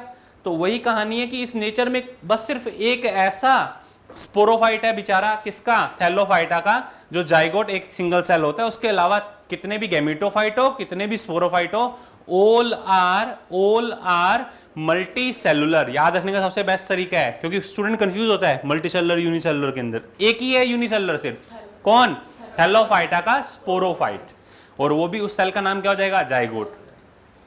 क्लियर। थोड़ा सा स्ट्रेटेजिकली चलोगे आप तो और बेटर। हाँ सर, इसमें जो आपने प्रोटोनीमा वाली चीज बताई अभी कि पहले वो गैमेटोफाइट से प्रोटोनीमा बने, फिर लीफी स्टेज, और उस पे गैमेटोफाइट से नहीं, स्पोर से प्रोटोनीमा बनेगा। स्पोर से सीधा क्या बनेगा, प्रोटोनिमा, ये तो हट ही जाएगा ना फिर। प्रोटोनिमा लिफी स्टेज, फिर आपका गैमेटोफाइट। जो प्रोटोनिमा लिफी स्टेज है वो गैमेटोफाइट ही तो है, बस उसके अंदर क्या होता है कि मेगा आपको प्रॉपरली जो गैमेटोफाइट है इस डायरेक्टली ना बन करके आर्चिगोनिया एंथीडियम, पहले प्रोटोनिमा लिफी स्टेज बनेगी फिर एंथीडियम आर्चिगोनिया बनेगा। लीफी स्टेज ही बेयर करेगा इंसेक्ट्स। यस, लिफी स्टेज ही बियर करेगा। इसका अभी डिटेल पढ़ेंगे अभी अपने, ये तो मैंने आपको सुपरफिशियल बता रहा हूं ताकि चैप्टर के अंदर घुसे और घुसते बाहर निकलें, फिर एक एक को पकड़ पकड़ करके। भाई अब बचा क्या, मेंबर स्पेसिफिक चीजें बच गई हैं। अगर आप ढंग से देखें मेंबर स्पेसिफिक चीजें बच गई हैं। ओवरऑल तो मैं आपको एक्सप्लेन कर ही रहा हूं, पर हम डिटेल लेकर के जाएंगे। 5-7 मिनट एक्स्ट्रा लगने वाले हैं, बट इसके बाद दोबारा आपको चैप्टर पढ़ने की जरूरत नहीं पड़ेगी। इधर अब आपको समझ में आया खेल क्या चल रहा है। यहाँ पे देखो, यहाँ पे कहानी पता है किसकी आई, इधर इधर बेटा, इधर इधर इधर। यहाँ पे इसके गैमेटोफाइट में, इधर इधर, यहाँ पे इसके गैमेटोफाइट में कहानी आई कि या तो गैमेटोफाइट सीधा बन जाए स्पोर से, या फिर गैमेटोफाइट स्पोर से पहले कुछ स्ट्रक्चर बने गैमेटोफाइट। आप सोचो सीधा बनता, और मैं बोल रहा हूँ कि मोसिस के अंदर ज्यादा इलेबोरेट गैमेटोफाइट होता है। अपने बोल के मोसिस को सबसे ऊपर रखा है, क्यों? क्योंकि प्रोटोनिमा और लीफी स्टेज बेटर डेवलप हो रहा है। समझ में आई बात? तभी तो बोलते हैं इसका गैमेटोफाइट ज्यादा इलेबोरेटेड और ज्यादा बेटर होता है। फिर आ जाओ टाइडोफाइट। अब टाइडोफाइट की कहानी, दिक्कत यहां फंस गई कि यहां तो चलो वो हमें बता दिया कि मोसेस वाली कहानी बता दी। टाइडोफाइट के अंदर क्या है? टाइडोफाइट के अंदर 2 कंडीशन है, होमोस्पोरस और हेट्रोस्पोरस। आपका दिमाग वहां चलना चाहिए। होमोस्पोरस होगा तो सेम टाइप के स्पोर बनेंगे, और हेट्रोस्पोरस होगा तो डिफरेंट बनेंगे। तो होमोस्पोरस के लिए तो एक ही स्पोर से प्रोथैलस बनाओ, उसी पे दोनों चीजें बना दो। होमोस्पोरस में एक ही सेल से आप क्या बनाओ, प्रोथैलस बनाओ, उसी पे दोनों बना दो। और हेट्रोस्पोरस के अंदर क्या करना पड़ेगा? हेट्रोस्पोरस के अंदर माइक्रोस्पोर और मेगास्पोर अलग अलग होंगे, जो हम male gametophyte and female gametophyte antheridium archegonium की फॉर्मेशन करेंगे, और बाद में जाकर के फ्यूज होगा। तो ये होमो के रिस्पेक्ट में लिख दिया, और ये हेट्रो के रिस्पेक्ट में लिख दिया। ये डायरेक्ट डेवलपमेंट के रिस्पेक्ट में रख दिया, और ये इनडायरेक्ट डेवलपमेंट के रिस्पेक्ट में रख दिया। समझ में आया? अब और जिम्नो के अंदर, फिर इसके बाद तो जिम्नो में सब कुछ अलग है ही है, मेगा और माइक्रो अलग, यहाँ पे भी मेगा माइक्रो अलग, मतलब कार्पल और स्टेमन हो जाएगा। सेम कहानी दोनों से, यहाँ पे एग सेल और पोलन ग्रेन, एग सेल और पोलन ग्रेन फ्यूज हुए, फ्यूज होकर के यहाँ पे भी जाएगोट, यहाँ पे भी zygote. Root stem leaf, ovule and seed, not flower and fruit. Root stem leaf, ovule, flower, fruit, ovary, सब कुछ जाइगोट से ही बनेगा। फिर इसके अंदर वापस है फ्लावर पे stamen, carpel, anther, ovary, pollen egg, ये सारे microspore mother cell, last cell of the sporophyte, spore mother cell. Reduction division से क्या बने? Spore, microspore, megaspore. N type क्या बनाया? एम्ब्रियो से क्या बनाया? वापिस वही। हाँ, नहीं, हेट्रो के अंदर प्रोथैलस नहीं बनता, इसी वजह से हेट्रो वाली जो कंडीशन होती है उसमें प्रोथैलस नहीं मिलेगा आपको। मेगास्पोरोफिल, माइक्रोस्पोरोफिल से डायरेक्टली क्या बनेंगे? एंथीडियम आर्चिगोनियम बनेंगे। और जो प्रोथैलस होता है अकेला एक ऐसा एक स्ट्रक्चर जिसके ऊपर यहाँ आर्चिगोनिया बन गए और यहाँ एंथीडियम बन गए, जिससे एंथीरोजोइड्स बनेंगे और आर्चिगोनिया पे जाकर के उसी पे ही फर्टिलाइज कर देंगे। एक ही थैलस पे दोनों चीजें हैं। जैसे नहीं, मार्केंशिया में अलग अलग होता है, मैं वही बोलने वाला था, पर अलग अलग होता है। दोनों थैलस ही अलग हो गए ना, एक थैलस नहीं है तो थैलस, थैलोइड बॉडी, पर वो क्या दोनों अलग अलग हैं। पर आप ये थैलोइड से बोल सकते हो कि एक ही थैलस पे दोनों, मार्केंशिया नहीं बोल सकते आप। हाँ, रिक्सी आप बोल सकते हो, पर आपकी एनसीईआरटी ने मतलब जो है इसके ऐसे मेंबर जो प्रोथैलस बनता है जिसमें अलग अलग नहीं है, माइक्रोस्पोर मेगास्पोर वाला जैसा नहीं है। अगर अलग अलग हुए ना, थैलस अलग अलग हुए, तो माइक्रोस्पोर मेगास्पोर का कॉन्सेप्ट आ जाएगा। भाई एक ही थैलस से एक जैसे ही बनेंगे, एक ने मेल की तरह बिहेव कर दिया, एक ने फीमेल की तरह बिहेव कर दिया, फ्यूज हो गए। और अगर दो अलग अलग ही हो गए तो आप फिर उनको बता सकते हो ना कि डिफरेंट है वो। ठीक है, अब आ जाओ लास्ट एंड फाइनल इनके एग्जाम्पल, फिर उसके बाद हम स्टार्ट करते हैं एल्गी। आप सोचो चैप्टर को पढ़ने का तरीका ही यही है, प्लांट किंगडम को पढ़ने का सबसे बेस्ट तरीका यही है कि हम पहले इसके सारी चीजें अंदर के बेसिक्स निकाल लिए, फिर सीक्वेंस से चलेंगे और सीक्वेंस बहुत जल्दी क्लियर हो जाएंगी सारी चीजें। इधर Thallophyta, bryophyta, pteridophyta, gymnosperm, angiosperm बता चुका हूं। एंजियोस्पर्म के अंदर मोनोकोटिलीडोन, डाइकोटिलीडोन, एफबी, मैप और सारे एग्जाम्पल याद करने हो तो यहाँ लिख लेना। याद है? फेबेसी, ब्रेसिकेसी, एस्ट्रेसी, मालवेसी, एस्ट्रेसी और पोएसी। ठीक है, और ये भी पता होगा कि एस्ट्रेसी जो फैमिली होती है और ग्रैमिनी जो होती है वो अलग अलग होती है। मतलब ग्रैमिनी और एस्ट्रेसी अलग अलग होती है, हाँ अलग अलग होती है ना, पोएसी को ही ग्रैमिनी बोलते हैं। ग्रैमिनी और पोएसी ये दोनों मतलब आपको पता होना चाहिए, उसमें ऐसा मत गड़बड़ कर देना कि सर हमने तो ग्रैमिनी वर्ड सुना ही नहीं। काफ़ी सारे महानुभाव थे जिन्होंने वो ग्रैमिनी वाला क्वेश्चन जो दिया था उसके अंदर गड़बड़ की थी। नॉन एंडोस्पर्मिक सीड नहीं, एंडोस्पर्मिक सीड होते हैं, याद है कुछ? आपकी क्लास में काफ़ी सारे हैं जिन्होंने इस पोएसी ग्रैमिनी के अंदर कंफ्यूज हो गए थे, वो कंफ्यूज मत होना भाई, थोड़ा सा ध्यान से। चलो ठीक है, डाइकोट फैमिली है, मोनोकोट फैमिली है? मोनोकोट फैमिली है, ठीक है। अब आ जाओ थैलोफाइटा। थैलोफाइटा के अंदर देखो भाई, आपकी एनसीईआरटी बहुत स्मार्टली खेलती है, उसने एग्जाम्पल जितने भी दिए हैं वो जीनस लिख करके दिए हैं, जितने भी एग्जाम्पल इस चैप्टर में लिख के दिए हैं ऑल आर जीनस, सारे जीनस लिख करके दिए हैं। और आपको ऑर्डर तक लेकर के नहीं गई, आपको किंगडम बताया, आपको डिवीजन बताया, आपको क्लास बताई, उसके बाद सीधा ही जीनस, ऑर्डर और फैमिली उड़ा दिए। आपको कहीं पर भी ऑर्डर और फैमिली नहीं देखने को मिल रहे। ये तो अपनों ने लिखे हैं, फ्यूरेनेल्स, रिक्सिएल्स, मार्केंसिएल्स, ऑर्डर, ठीक है। आप लिखोगे तो बेटर आपको समझ में, मतलब अगर आपको कल कोई क्लासिफिकेशन पूछ ले तो आप बता सकते हो, पर नीट पॉइंट ऑफ व्यू से आपको फ्यूरेनेल्स, रिक्सिएल्स, मार्केंसिएल्स कभी नहीं पूछेगा, आज तक नहीं पूछा, और पूछने के चांसेस भी 0% है। बट एक आइडिया लग गया कि उसी के नाम से है आपको, ठीक है। पर पोएल्स दिया हुआ है सबसे लास्ट में, अगर एंजियोस्पर्म में जाऊंगा तो पोएल्स है, निटेल्स आपके सिलेबस में है, कोनीफेरल्स आपके सिलेबस में है, गिंकोएल्स आपके सिलेबस में है, साइकेडेल्स आपके सिलेबस में है।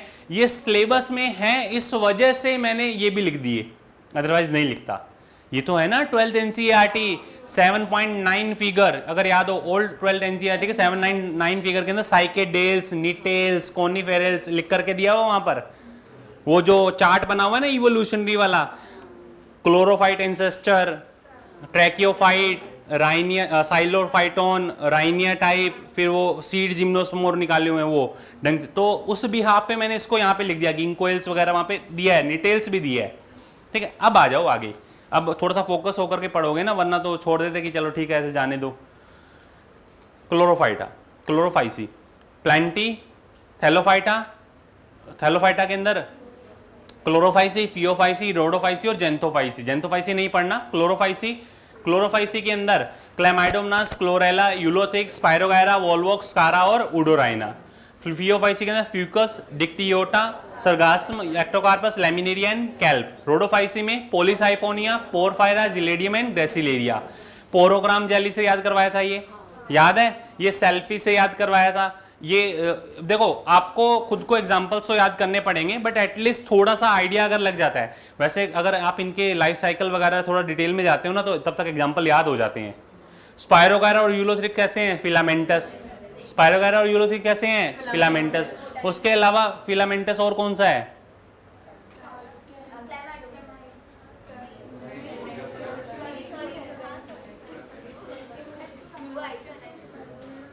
क्लैमाइडोमोनास सिंगल यूनिसेलुलर है, फिलामेंटस कहां से हो जाएगा?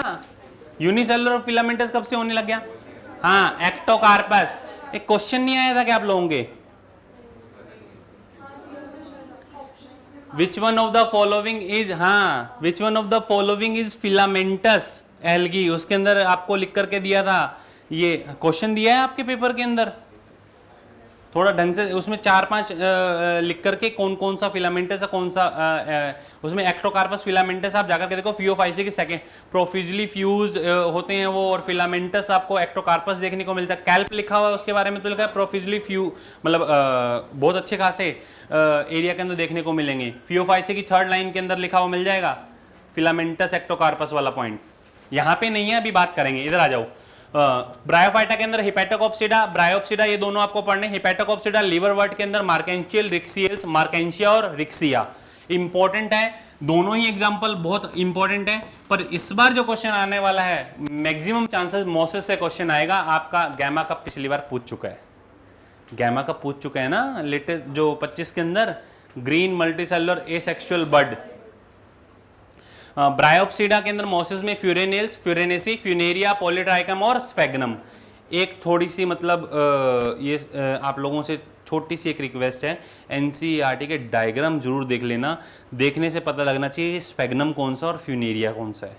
आधे से ज़्यादा जनता को मार्केंशिया तो वो थैलस थैलस दिख जाते हैं, उसके नीचे 2 डायग्राम दिए हुए हैं। कितने दिए हुए हैं? 2।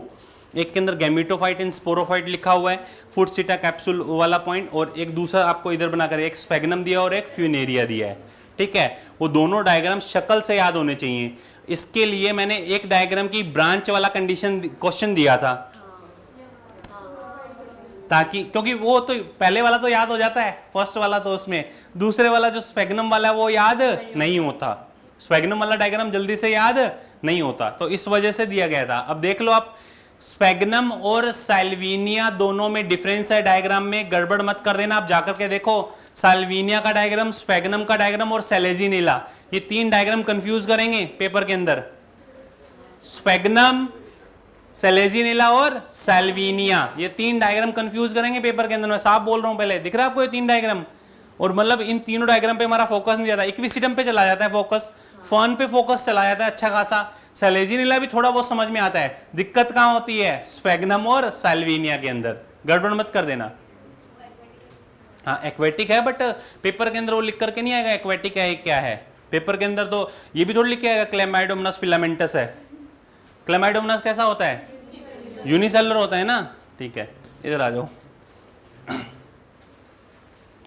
साइलोप्सिडा, साइलोप्सिडा एग्जांपल फटाफट थोड़ा, साइलोटम, लाइकोप्सिडा, सेलेजिनिला, स्फिनोप्सिडा, इक्विसिटम, टैरोप्सिडा के अंदर टैरिस, एजोला, एडियंटम, ट्रायोप्टेरिस, मार्सिलिया और साल्विनिया, जितने भी फन है सभी आएंगे। ये क्वेश्चन गलत करते हैं आप लोग मैच द कॉलम देने के बाद भी। 2024 के सेकंड पेपर का क्वेश्चन था, मैच द कॉलम आया हुआ पूछा हुआ क्वेश्चन था। इवन लेटेस्ट लास्ट ईयर आपको इनके जो मैच द कॉलम आते हैं ना, मैच द कॉलम के अंदर एग्जांपल देकर के क्वेश्चन पूछा था, अभी पूछा मैंने लास्ट पेपर के अंदर, आप लोगों ने गड़बड़ की इस पे। अच्छा क्वेश्चन बनता है, बहुत सिंपल सा क्वेश्चन है। इधर जिम्नोस्पर्म के अंदर साइकेडोप्सिडा, साइकेडेल, साइकस, गिंकोएल्स में गिंको बायलोबा, कोनिफेरल्स के अंदर स्पाइनस, सेड्रस और सिकोया, और निटेल्स के अंदर नीटम और एफेड्रा। ये एग्जांपल्स आपको याद रखने हैं, सारे के सारे एग्जांपल याद रखने पड़ेंगे। इसके अंदर मैं आपकी इतनी हेल्प कर सकता हूँ, 2 बार बोल के बता सकता हूँ, एग्जाम्पल तो याद करने पड़ेंगे ना हम लोगों को, ऐसा थोड़ी है कि एग्जाम्पल्स बिना याद किए मतलब चल जाओगे। चलो ठीक है, अब स्टार्ट करते हैं अपना चैप्टर एल्गी। स्मार्टली अगर चैप्टर को करने की कोशिश करोगे ना तो बहुत कुछ समझ में आएगा। और अगर अब आपको पता क्या है, अब मैं चैप्टर के अंदर मेंबर पे बिना भी जाऊं ना तो आपसे पूछूं भाई टाइडोफाइट की main plant body, quick, sporophyte, gametophyte answer आना चाहिए पूरी क्लास। टाइडोफाइट की मेन प्लांट बॉडी, जिम्नोस्पर्म की मेन प्लांट बॉडी, ब्रायोफाइट की मेन प्लांट बॉडी, ब्रायोफाइट की मेन प्लांट बॉडी, एंजियोस्पर्म की मेन प्लांट बॉडी, थैलोफाइटा की मेन प्लांट बॉडी, ठीक है। Sporophyte is totally dependent, sporophyte is 100% dependent in which division? Thallophyta. Sporophyte is totally और partially dependent और gametophyte? Bryophyta. Gametophyte is autotrophic और saprophytic? In case of pteridophyte. Gametophyte is 100% dependent on the sporophyte? Gymnosperm और angiosperm. आपके answers आने चाहिए। Which one of the following division is non-embryophyte? Answer is 1. Which one of the following sporophyte represented by a single cell zygote? In which one of the division? ठीक है, answer is Thallophyta. Non vascular, which one of the following is a non vascular sporophyte? Which one of the following division having the non-vascular multicellular sporophyte? Answer is bryophyte. कुछ नहीं बोलने के बाद भी answer आना चाहिए। मैंने क्या बोला? Which one of the following division having the non-vascular multicellular sporophyte? Answer क्या आ जाएगा? ब्रायोफाइट। तो इस तरह के क्वेश्चंस जो हैं, देखो ये क्वेश्चंस जो होते हैं वो साइंटिफिक लैंग्वेज को यूज कर करके आप आंसर कर रहे हो। एक क्वेश्चन की रट्टाफिकेशन होती है, एन टाइप है, 2n टाइप है, हैप्लॉइड डिप्लॉइड। यहाँ पे हैप्लॉइड डिप्लॉइड वर्ड यूज नहीं होता, यहाँ पे आपको क्या लिख करके देगा? स्पोरोफाइट और गैमेटोफाइट। इधर एन टाइप स्पोर बना, स्पोर में माइटोसिस से gametophyte, sorry n type spore बना, स्पोर के अंदर माइटोसिस से पहले क्या बनेगा? गैमेटोफाइट। और गैमेटोफाइट में माइटोसिस से क्या बनेंगे? गैमीट। पूरे नेचर के अंदर प्लांट किंगडम ही एक ऐसा है जिसके अंदर गैमेट फॉर्मेशन माइटोसिस के थ्रू होता है, बाकी सभी के अंदर गैमेट फॉर्मेशन मियोसिस के थ्रू होता है। बताया था आप लोगों को, हाँ या ना? सीधे बैठ जाओ। इधर फिर इसके बाद में गैमिट फ्यूज होके क्या बनाएंगे, स्पोरोफाइट, जाइगोट, जाइगोट फिर माइटोसिस के थ्रू क्या बनेगा, स्पोरोफाइट, स्पोरोफाइट में क्या होगा, मियोसिस, मियोसिस में से क्या बनेंगे, स्पोर, स्पोर से क्या बनेगा, गैमिटोफाइट, गैमिटोफाइट से गैमिट, गैमिट फ्यूज होके क्या बनाएंगे, स्पोरोफाइट, मियोसिस हुआ क्या बने, स्पोर, यही साइकिल चलता रहेगा। स्पोर फॉर्मेशन किसका प्रोडक्ट है, और गैमिट फॉर्मेशन माइटोसिस का, प्लांट के केस में। Can we start now algae? Okay, algae सुनिए, एल्गी जो होता है फोटोसिंथेटिक ऑटोट्रॉफ है, और एल्गी इसकी स्टडी को फाइकोलॉजी, एल्गोलॉजी बोला जाता है। लाइकेन के अंदर जो एल्गल पार्ट होता है उसको हम फाइकोबायोन्ट बोलते हैं।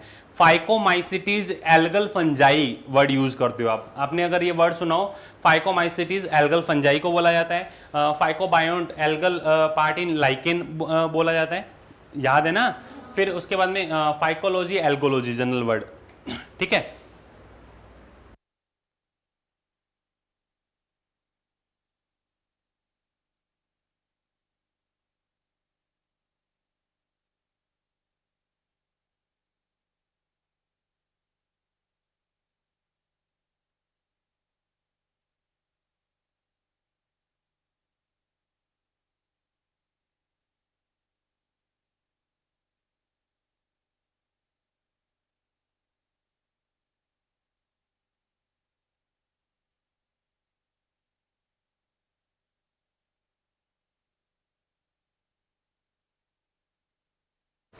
क्लास एल्गी के अंदर देखो, photosynthetic autotrophic main plant body जो इनकी होती है, थैलस सिंपल आपको थैलोइड बॉडी देखने को मिलती है, मोस्टली एक्वेटिक एनवायरनमेंट में होते हैं, फ्रेश और मेरीन हैबिटेट के अंदर, मॉइस्ट स्टोन, सॉयल, वुड, इन सभी पे भी आपको देखने को मिलेंगे। एग्जाम्पल के अंदर सिम्बायोटिक एसोसिएशन की फॉर्म में आपको लाइकेन के साथ में देखने को मिल सकता है। Second epizoic condition sloth bear, आलसी भालू जो होता है, ठीक है।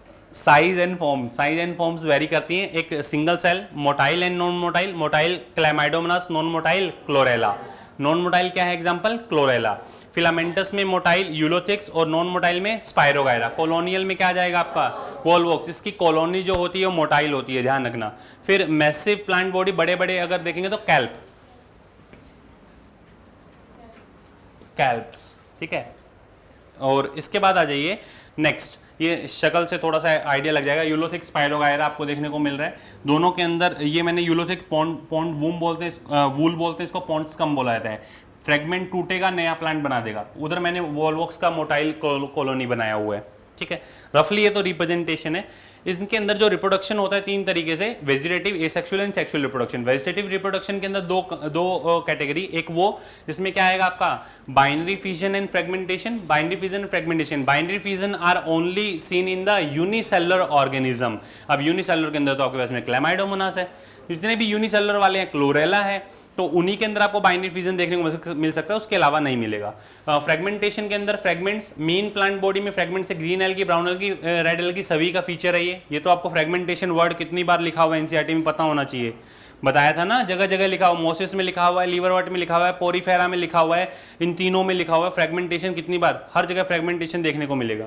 फिर आ जाओ एसेक्सुअल के अंदर, यहाँ पर mostly different type of spores, mainly zoospore, zoospore जो जिसके अंदर फ्लैजिलेटेड होते हैं, और एप्लेनोस्पोर नॉन फ्लैजिलेटेड होते हैं, depending on the favourable condition. Favourable condition में जूस्पोर, थोड़ी कम अनफेवरेबल हुई, कम फेवरेबल कंडीशन हुई तो एप्लेनोस्पोर, और ज्यादा कम अनफेवरेबल हुई, मतलब फेवरेबल, मोस्ट फेवरेबल, कम फेवरेबल, उससे कम फेवरेबल, और लीस्ट फेवरेबल अगर कंडीशन होती है तो अलग अलग तरह के स्पोर बनते हैं। आपके सिलेबस में वन एंड ओनली जू स्पोर दिया हुआ है, और कुछ जगह आपको नॉन मोटाइल के बारे में, एप्लेनोस्पोर के बारे में बताया हुआ है। पर ध्यान रख लेना, जो एनसीईआरटी ने आपको आइसोगैमस एंड ऊगैमस दिए हैं, these are the types of sexual mode of reproduction, not the asexual reproduction. Isogamous and oogamous are type of sexual mode of reproduction, और यहां पे आपको एप्लेनो और जो स्पोर जो मैं बोल रहा हूं वो कैसे हैं, ए सेक्सुअल रिप्रोडक्शन के हैं, गड़बड़ मत करना।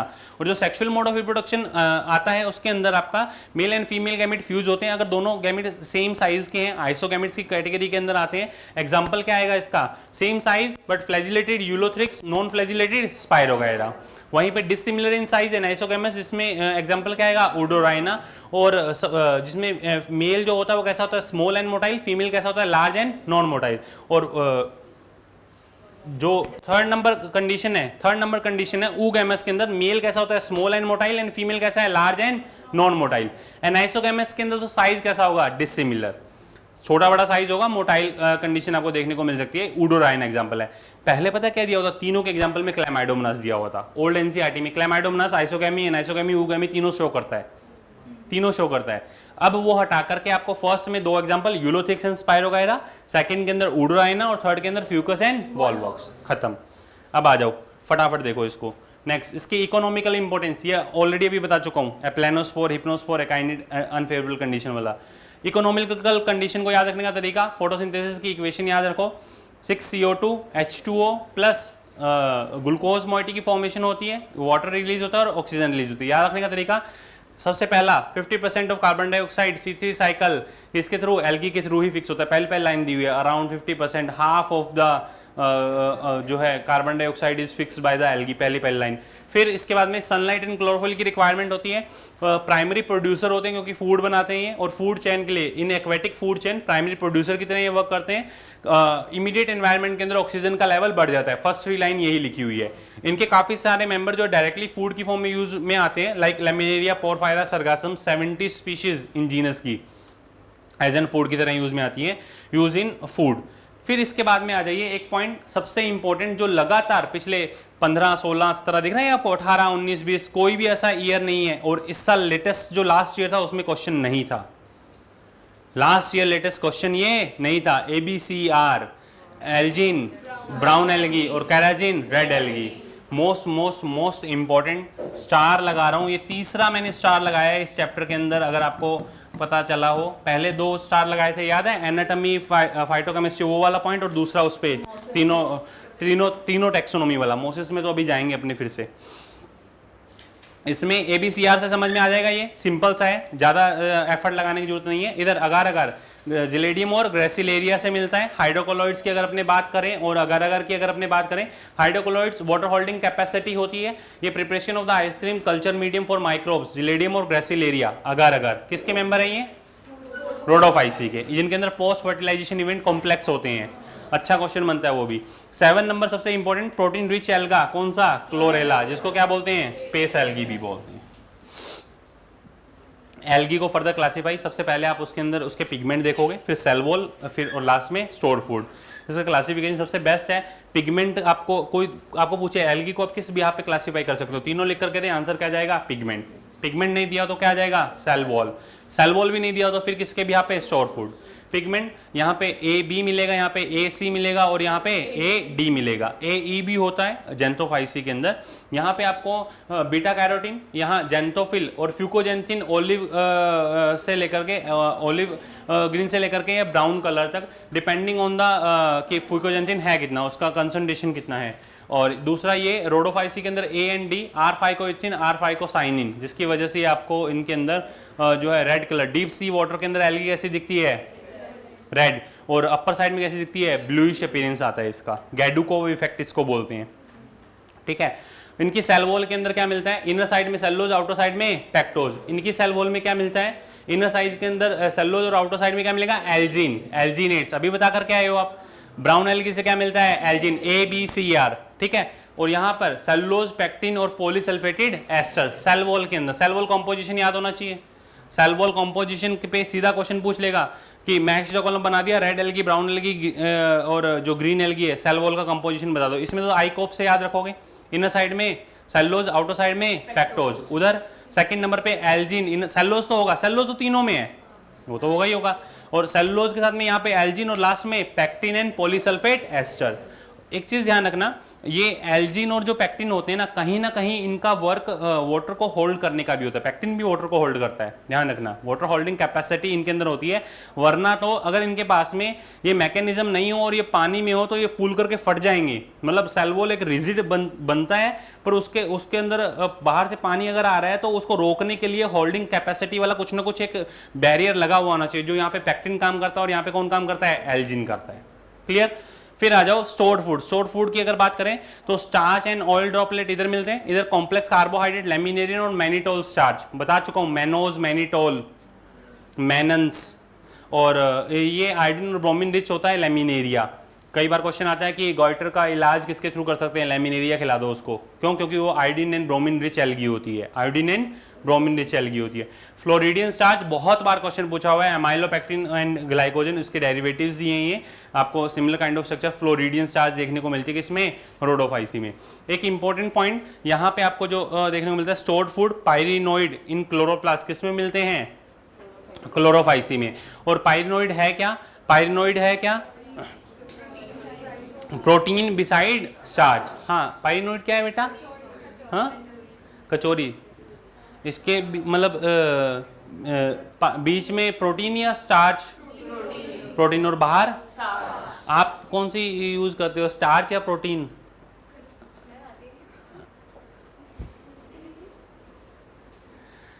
अभी मतलब थोड़े दिन पहले मुझे पता चला कि हाथ में कचौरी है, अब वो कचौरी अंदर उसमें प्याज से या फिर उसके अंदर दाल थी, तो दाल थी तो ये पायरिनोइड ही था, ठीक है, और प्याज से तो फिर पायरिनोइड से आप उसको नहीं देख सकते ना, समझे?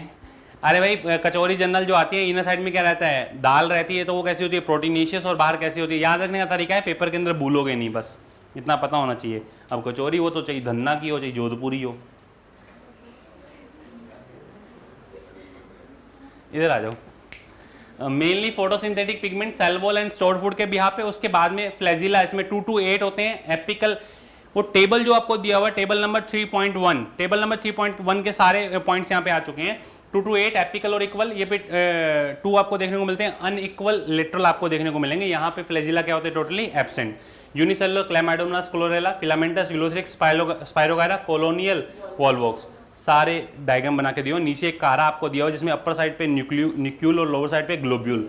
Female reproductive organ, male reproductive organ, इसको ऊगोनियम बोलते हैं, और इसको लिए क्या वर्ड यूज होता है, एंथीडियम। क्लियर? स्टोनवर्ड कारा, वन एंड ओनली सिंगल एक ऐसा एल्गी जिसके अंदर जैकेटेड रिप्रोडक्टिव ऑर्गन है, जैकेटेड रिप्रोडक्टिव ऑर्गन। बाकी सभी के अंदर आप प्रॉपर्ली जो है ऑर्गन को डिफरेंशिएट नहीं कर पाते हो, बट यहाँ पे जैकेटेड मल्टी सेलुलर कंडीशन देखने को मिल रही है, होता ही है। फिर इसके बाद में फियोफाइसी में ये दिख रहा है ओलिव ग्रीन से brown,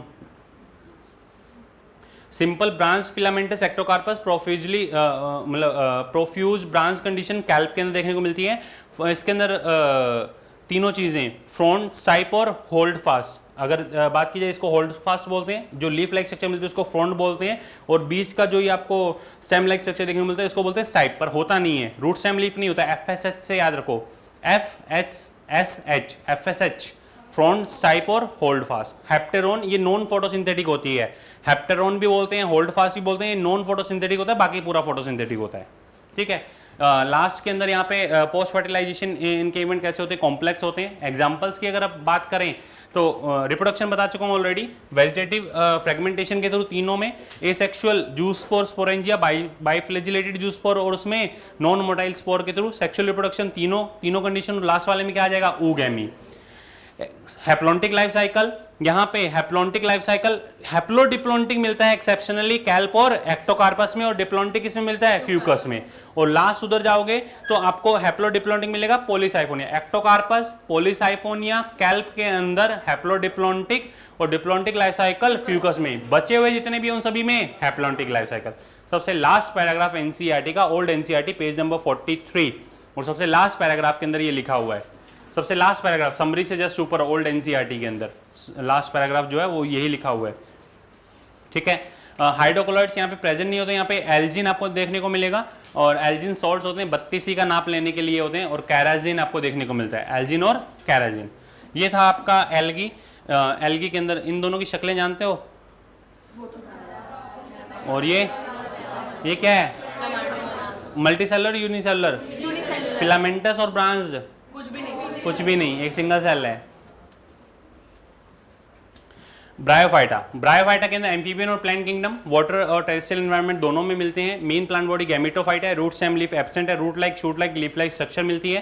thallus, prostrate and erect, horizontal growth भी हो सकती है और इरेक्ट, जैसे जैसे मोसेस की तरफ जाओगे इरेक्ट ग्रोथ देखने को मिलेगा।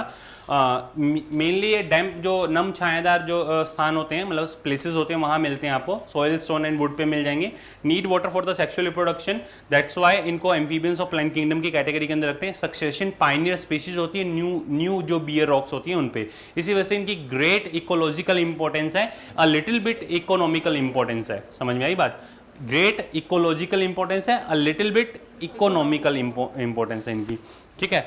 और ये एनसीईआरटी के अंदर मेंशन किया हुआ है। ये सबसे पहले वही पैराग्राफ पढ़ा रहा हूं आपको, a little bit economical importance और a great ecological importance because of bryophytes are the pioneer species. First colonize होने वाले ब्रायोफाइट और लाइकेन ही होते हैं न्यू बियर रॉक पे। प्लस ये मैट लाइक स्ट्रक्चर की फॉर्मेशन करते हैं, तो रेन फॉलिंग की वजह से सॉइल इरोजन नहीं हो पाता, that's why a great ecological importance. After that उसके अलावा कुछ ब्रायोफाइट ऐसे जो फ्यूल की फॉर्म में यूज में आते हैं, लाइक पीट, स्पैगनम, और water absorbent, water holding capacity होती है, दैट्स वाई ट्रांसशिपमेंट के अंदर वाटर एब्जॉर्बेंट कॉटन की तरह भी ये यूज में आते हैं। और फर्स्ट डायरेक्टली इनको खाया जा सकता है। कुछ हर्बेशियस जो एनिमल्स हैं, मैमल्स हैं, बर्ड्स हैं, अदर एनिमल्स हैं, इनको एज एन फूड की तरह यूज करते हैं। क्लियर? फिर इसके बाद आपका एनसीईआरटी के अंदर दिया हुआ है कि हेपेटोकॉप्सिडा और ब्रायोप्सिडा के बारे में हमने डिस्कस किया था। हेपेटोकॉप्सिडा का बेस्ट एग्जांपल मार्केंचिया, रिक्सिया भी इसी में आता है, और ब्रायोप्सिडा का बेस्ट एग्जांपल आपको दिया हुआ है फ्यूनेरिया, जो समझाया हुआ है। फ्यूनेरिया के अंदर नीचे जो यहाँ पे लीफ लाइक अपीयरेंस आपको देखने को मिलती है, राइजोइड्स देखने को मिल रहे हैं, ये होता है इसका गैमेटोफाइट। इसमें फुट अंदर एम्बेडेड है, सीटा, और लास्ट में क्या देखने को मिल रहा है? कैप्सूल, ठीक है। अपर साइड में क्या है? स्पोरोफाइट, लोअर साइड में क्या है? गैमेटोफाइट। एक ही प्लांट पे आपको ये ऐसा देखने को मिल रहा है। एज कंपेरेटिवली बेटर है, यहाँ से बेटर है। यहाँ पे 2 थैलस देखने को मिल रहे हैं, एक में एंथीडियोफोर ऐसे है, एक में आर्चिगोनियोफोर ऐसे है। फ्लावर नहीं है, ये स्ट्रक्चर है रिप्रोडक्टिव ऑर्गन्स, ठीक है। मेल इसको बोलते हैं मेल थैलस, इसको बोलते हैं female thallus. Gemma cup extra के अंदर आपको यहाँ पे नीचे देखने को मिल रहा है कप लाइक स्ट्रक्चर, जिसको गैमा कप बोलते हैं। ग्रीन मल्टीसेलुलर एसेक्सुअल बर्ड होती है जो यहाँ से अलग होकर के पूरा पूरा थैलस बना देगी, ये होता है मार्केंचिया, ठीक है। इनमें राइजोइड्स प्रेजेंट होते हैं, यूनिसेलुलर कैसे होते हैं? अनब्रांच होते हैं। उधर जाओगे तो कैसे हो जाएंगे? मल्टीसेलुलर और ब्रांच कंडीशन देखने को मिलेगी। मार्केंशिया के अलावा दूसरा मेंबर रिक्सिया, इसमें तो रिक्सिया के अंदर ओनली आपको कैप्सूल देखने को मिलता है, और कैप्सूल के अंदर होती है स्पोर मदर सेल, जो म्यूसिस के थ्रू क्या बनाती है? स्पोर बनाती है। 2 आपको डायग्राम यहाँ पे दिया हुआ है कि इनके जो लीफी मेंबर्स होते हैं, जो इनके मेंबर्स आपको जो इनके मेंबर्स देखने को मिल रहे हैं, इनके अंदर 2 रो के अंदर अपेंडेजेस, लिटरल अपेंडेजेस देखने को मिलेंगे। ये कॉर्नर पे जो बनाए हुए ना, ये स्केल्स हैं। ये क्या है? स्केल्स। आपकी एनसीईआरटी ने इतना डिटेल नहीं दिया, बस एक लाइन लिखी हुई है कि इनके लीफ लाइक अपीयरेंस वाले भी मेंबर्स होते हैं। इसका एग्जांपल दिख रहा है, लीफ लाइक वाला जो बनाया है, लीफी मेंबर। फर्स्ट पैराग्राफ की लास्ट लाइन या के अंदर आपको लीफी मेंबर लिख दियो। इसका नाम होता है पोरेला। इसका नाम क्या है? पोरेला। एक लाइन लिख करके दी है लीवर वर्ड के अंदर, the leafy member have literal appendages, ऐसा कर करके। हाँ, 2 रोज। ये एक सिंगल को अगर मैं देखूंगा ना, सिंगल को निकाल करके यहाँ बना रहा हूँ, दिख रहा है आपको? तो लीफी मेंबर को अब, और जो ये बनाया है, ये स्केल को डिफाइन कर रहा है। ये किनारों पे होते हैं स्केल। आपके सिलेबस में स्केल और इतना डिटेल है नहीं ये। अब आ जाओ, जो है उसको देखो आप।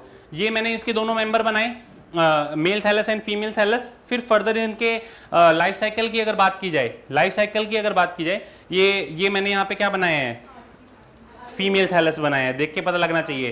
फ्यूनेरिया, स्पैगनम और पॉलीट्राइकम ये मोसिस के एग्जांपल हैं, जिसमें से एक आपको फ्यूनेरिया यहाँ पे बताया, जो अभी बताया। इनके अंदर स्पोर डिस्पर्जर का इलेबोरेट मैकेनिज्म होता है। इसमें लगे होते हैं पेरिस्टोमियम टिच, ये घूमता है। जैसे वो फिरकी वाला होता है ना, ये चौपाटी फिरकी वाले वो बैठे होते हैं पंखे वाले, वैसा होता है। ये घूमता है तो इसका स्पोर अच्छे खासे डिस्पर्स हो जाते हैं कैप्सूल के अंदर से, है ना। तो ये उसके ऊपर लगा हुआ होता है, ठीक है। उसको बोलते हैं पेरिस्टोमियम टिच। क्या बोला जाता है? Peristomium teach. ये आपके सिलेबस में नहीं था, बट बता दिया। इधर आ जाओ। Direct development, gametophyte, antheridium, archegonium, antherozoid egg cell fuse होकर क्या बनाए? जायगोट। जायगोट से एम्ब्रियो, स्पोरोफाइट। स्पोरोफाइट से क्या बना? Foot seta capsule. One of the cell of the capsule behave as an spore mother cell. इसमें म्यूसिस से थ्रू क्या बने? स्पोर। और स्पोर के डायरेक्ट डेवलपमेंट से क्या बन जाए? गैमेटोफाइट। बता के आया था। मतलब गैमेटोफाइट जो होता है, sporophyte is 100% dependent on gametophyte, totally dependent. यहाँ पे सेम कहानी है, जो जैसे ही गैमेटोफाइट यहाँ पे स्पोर बना, स्पोर डायरेक्टली डेवलप ना हो गए। स्पोर पहले क्या बनाएगा? प्रोटोनीमा, फिर एक लीफी मेंबर, और फिर जाकर के लेटरल साइड के अंदर जो लीव्स बनना स्टार्ट हुई। प्रोटोनीमा जो होता है वो कैसा होता है? ग्रीन क्रीपिंग, ग्रीन, ब्रांच और फिलामेंटस, ठीक है। उसके अंदर जो लेटरल ब्रांचेस आपको देखने को मिल रही है उस पे आपको एक spirally arrange leaf like structures देखने को मिलती हैं। समझ में आई बात? ये जो leaf like spirally arrange leaf like structure देखने को मिलती है, ये मेनली स्पेसिफिकली किसको डिफाइन करिए? इसके gametophyte, elaborated well developed gametophyte मिलता है मोसिस का, ठीक है। फिर उसके बाद वापस वही कहानी पूरी की पूरी। अब आ जाओ एक इंपॉर्टेंट चीज, इन दोनों के साथ साथ आपको मतलब प्रोटोनीमा का जो क्वेश्चन इंपॉर्टेंट है वो यहां पे बता दिया है।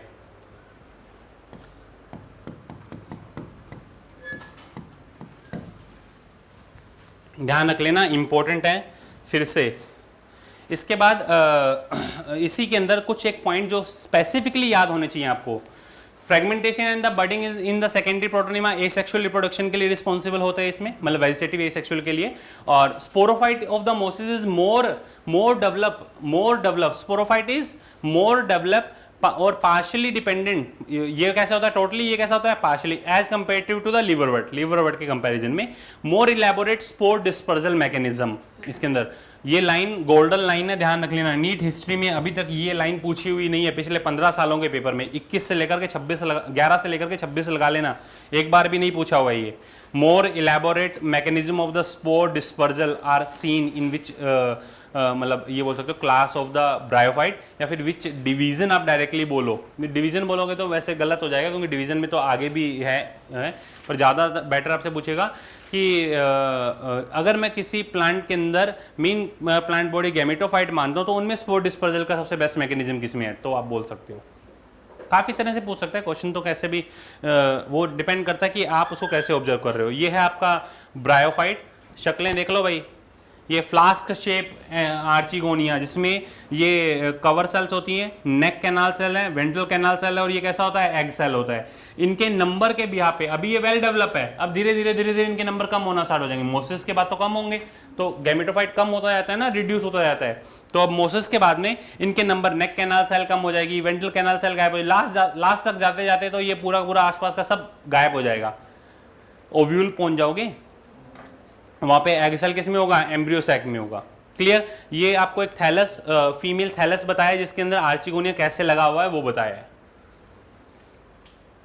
अब आ जाओ ब्रायोफाइट की एनसीईआरटी के अंदर सारे पॉइंट्स आपने मतलब अच्छे से एक बार रीड कर लीजिएगा। इधर टाइडोफाइट के अंदर फर्स्ट टेरेस्ट्रियल वेस्कुलर प्लांट है, cool damp and shady area के अंदर मिलेंगे। ज्यादा इनका डिस्ट्रीब्यूशन नहीं होता है because of dependency on the water, and most of majority of कैसे होते हैं होमोस्पोरस, और डिपेंडेंसी वाटर पे होती है, इसमें से ज्यादा फैले हुए नहीं होते हैं। जाइलम एंड फ्लोएम अच्छे मतलब इनके अंदर आपको देखने को मिल जाएंगे। रूट स्टेम एंड लीफ इसके अंदर मेन प्लांट बॉडी को रिप्रेजेंट करता है, स्पोरोफाइट होता है। रूट के अंदर पहले राइजोइड्स, राइजोम, और फिर फर्दर लास्ट तक जाते जाते प्रॉपर रूट देखने को मिलेगी आपको। राइजोम वर्ड इक्विसिटम के अंदर डायग्राम के अंदर यूज करके दिया हुआ है, ध्यान रखना, ठीक है।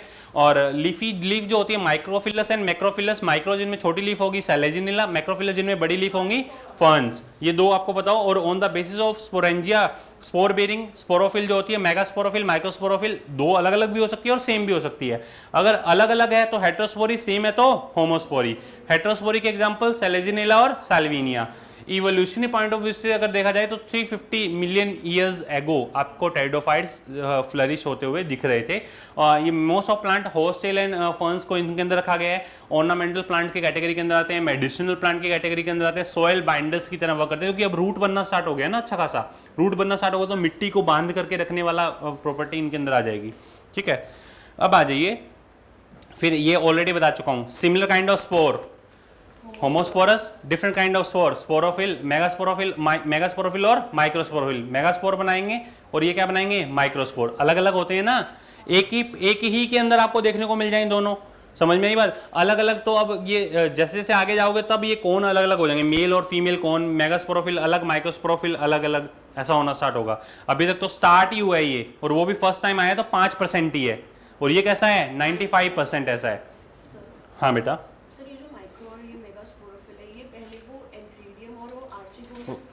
नहीं, एंथीडियम, ये माइक्रोस्पोरोफिल मेगास्पोरोफिल तो 2n है, फिल लीफ 2n, एंथीडियम आर्चिगोनियम कैसा था n, तो यहाँ पे रिप्रोडक्टिव ऑर्गन जो होते हैं वो डिप्लॉयड होते हैं। पहले वालों में रिप्रोडक्टिव ऑर्गन कैसे होंगे? हैप्लॉइड, बिकॉज वो मेन प्लांट बॉडी कैसा था? हैप्लॉइड। यहाँ पे मेन प्लांट बॉडी कैसा है? डिप्लॉयड। रिप्रोडक्टिव ऑर्गन्स के अंदर उनकी जो मतलब प्लॉइडी है वो डिपेंड करता है ना कि कौन सा प्लांट बॉडी है। मेन प्लांट बॉडी जैसी होगी वैसा ही रिप्रोडक्टिव ऑर्गन की प्लॉइडी होगी। थैलोफाइटा ब्रायोफाइटा में एंथीडियम आर्चिगोनियम आपको जो देखने को मिल रहे हैं मतलब हैप्लॉइड, और वैसे ही जैसे हैप्लॉइड आगे भी हैप्लॉइड होते हैं, पर जैसे जैसे आप आगे जाओगे, जैसे आप अगर मैं एंथीडियम आर्चिगोनियम की बात करूंगा वो तो आपको हैप्लॉइड ही देखने को मिलेंगे, बट रिप्रोडक्टिव ऑर्गन अब वो नहीं रहे। अगर मैं अरे भाई आगे की तरफ जा रहा हूं, पहले मैंने एंथीडियम आर्चिगोनियम बोला तो एंथीडियम आर्चिगोनियम वही मेन प्लांट बॉडी और वही उनके रिप्रोडक्टिव ऑर्गन की तरह वर्क कर रहे हैं, पर जैसे जैसे मैं आगे की तरफ जा रहा हूं तो रिप्रोडक्टिव ऑर्गन स्टेमन कार्पल हो गए। समझ में आई बात? स्टेमन कार्पल आपको देखने को, उसके अंदर फिर फर्दर आगे स्पोर और कंडीशन देखने को मिलेगी। मैं ये नहीं बोल रहा हूं कि गैमीट और स्पोर जो होंगे वो मतलब जो स्पोर होंगे और जो गैमीट होंगे वो एन टाइप नहीं होंगे। आपका दिमाग वही, वो तो कॉन्सेप्ट बिल्कुल सेम है, बस ये है कि जो एन टाइप होगा उसके अंदर आपको एन टाइप मिल जाएंगे रिप्रोडक्टिव ऑर्गन, जो 2n होगा उसमें रिप्रोडक्टिव ऑर्गन 2n मिल जाएंगे, पर एट द एंड मैकेनिज्म कभी चेंज नहीं होगा। वो स्पोर गैमिट का साइकिल तो वही चलेगा। नहीं, हाँ एंथीडियम और आर्चिगोनियम ही होता है। इसमें ऐसी स्ट्रक्चर्स है जिनके अंदर स्पोर्स बनेंगे फिर उनसे डेवलप होंगे रिप्रोडक्टिव ऑर्गन। तो वो जो स्ट्रक्चर्स है उन स्ट्रक्चर्स का नेम है क्या है? माइक्रोस्पोरोफिल और मेगास्पोरोफिल। ठीक है, हाँ वो तो एन टाइप ही होंगे, वो तो कभी चेंज हो ही नहीं सकता। तो देखो भाई होमोस्पोरस कंडीशन के अंदर अब जितने भी आपके डाउट हो वो एक बार लिख लेना, वरना 3-4 मिनट ऐसे ही जाते रहेंगे। Homosporous sporophyte main plant body, root stem leaf, leaf में एक leaf, sporophyll, sporangia, spore mother cell, reduction division हुआ, स्पोर बने। ये स्पोर होमोस्पोरस है तो इसने एक थैलस बनाया, थैलस प्रोथैलस, अनडिफरेंशिएटेड सेलुलर मास, ग्रीन, फोटोसिंथेटिक होगा, नॉन वेस्कुलर होगा। कैसा होगा? नॉन वेस्कुलर, कोई वेस्कुलरिटी नहीं होगी। ये सबसे पहले आपको पता होना चाहिए। इनकॉन्सिपिकुअस, ग्रीन, मल्टीसेलुलर, फ्री लिविंग। इसमें एंथीडियम आर्चिगोनियम दोनों को रिप्रेजेंट करेगा। एंथीरोजोइड मिलकर के इसी के ऊपर आर्चिगोनियम में एक्सेल को फर्टिलाइज करेंगे, क्या बनाएंगे? जायगोट। जायगोट से फिर फर्दर किसकी फॉर्मेशन होगी? स्पोरोफाइट की।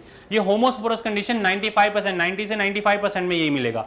बचे हुए 5% में हेटेरोस्पोरस, इधर main plant body, root stem leaf, leaf में एक ही लीफ पे दो part, microsporophyll, megasporophyll, microsporangia, megasporangia, microspore, megaspore, meiosis के थ्रू स्पोर जो बने उनसे male gametophyte and female gametophyte, और यहां पर female gametophyte retain on the main plant body for the variable period. जो गोल्डन लाइन बोल रहा हूं उसको ढंग से देख लेना।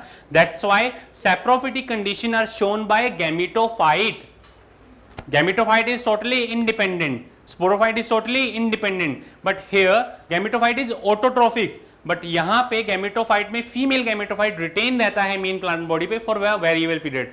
नीट 2016-17 के अंदर एक बार वेरिएबल पीरियड वाली लाइन लिख करके दे दी, एक बार उसका अपोजिट पूछ लिया कि डिपेंडेंट रहता है नहीं रहता। दोनों ही लगातार आए हुए क्वेश्चन और दोनों में ही आंसर टेरिडोफाइट था।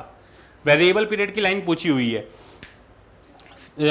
एंथीडियम और आर्चिगोनियम, एंथीडियम और यहां से क्या बनेंगे? एंथीरोजोइड। आर्चिगोनियम में क्या होगा? एक्सेल। फ्यूज होकर क्या बनाया? Zygote. Sporophyte.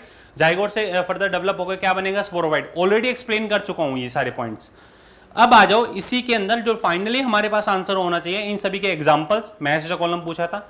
साइलोप्सीडा, Psilotum, Lycopsida, Selaginella, Lycopodium. Sphenopsida में एक्विसिटम आपको दिया हुआ है। टैरोप्सीडा के अंदर Azolla, Pteris, Dryopteris, Adiantum, Marsilea, Salvinia और साल्विनिया जिसको एक्वेटिक फन बोलते हैं। Golden lines. In some pteridophyte, female gametophyte is retained on the main plant body sporophyte for a variable period. Precursor of seed habits. Precursor seed नहीं बने, ये ध्यान रख लेना। ये गोल्डन लाइंस जो इन दो पैराग्राफ से निकल करके आती है, बस एग्जैक्टली आपको पता होना चाहिए। इसके बाद में आ जाइए, नेक्स्ट है आपका ये ऑलरेडी एक्सप्लेन कर चुका हूँ बेटा सब। डायरेक्ट डेवलपमेंट और इनडायरेक्ट डेवलपमेंट ब्रायोफाइट वाला आपने पढ़ चुके हैं। अब आ जाइए जिम्नोस्पर्म एंड इंपॉर्टेंट। जिम्नोस्पर्म के अंदर दो, साइकेडोप्सिडा और कॉनिफेरोप्सिडा। इसके जो क्वेश्चंस आते हैं एक बेसिक से भी क्वेश्चन आता है। पहला पैराग्राफ जो है ना जिसमें साइकस और पाइनस आपको दिए वहां से भी क्वेश्चन आते हैं, तो इसको थोड़ा ढंग से देखना सामने जो लिखा हुआ है। मैंने यहाँ पे जिम्नो का मतलब नेकेड, इसका मतलब होता है seed. Sporophyte main plant body होती है जिसमें रूट, स्टेम एंड लीफ में डिफरेंशिएटेड होती है।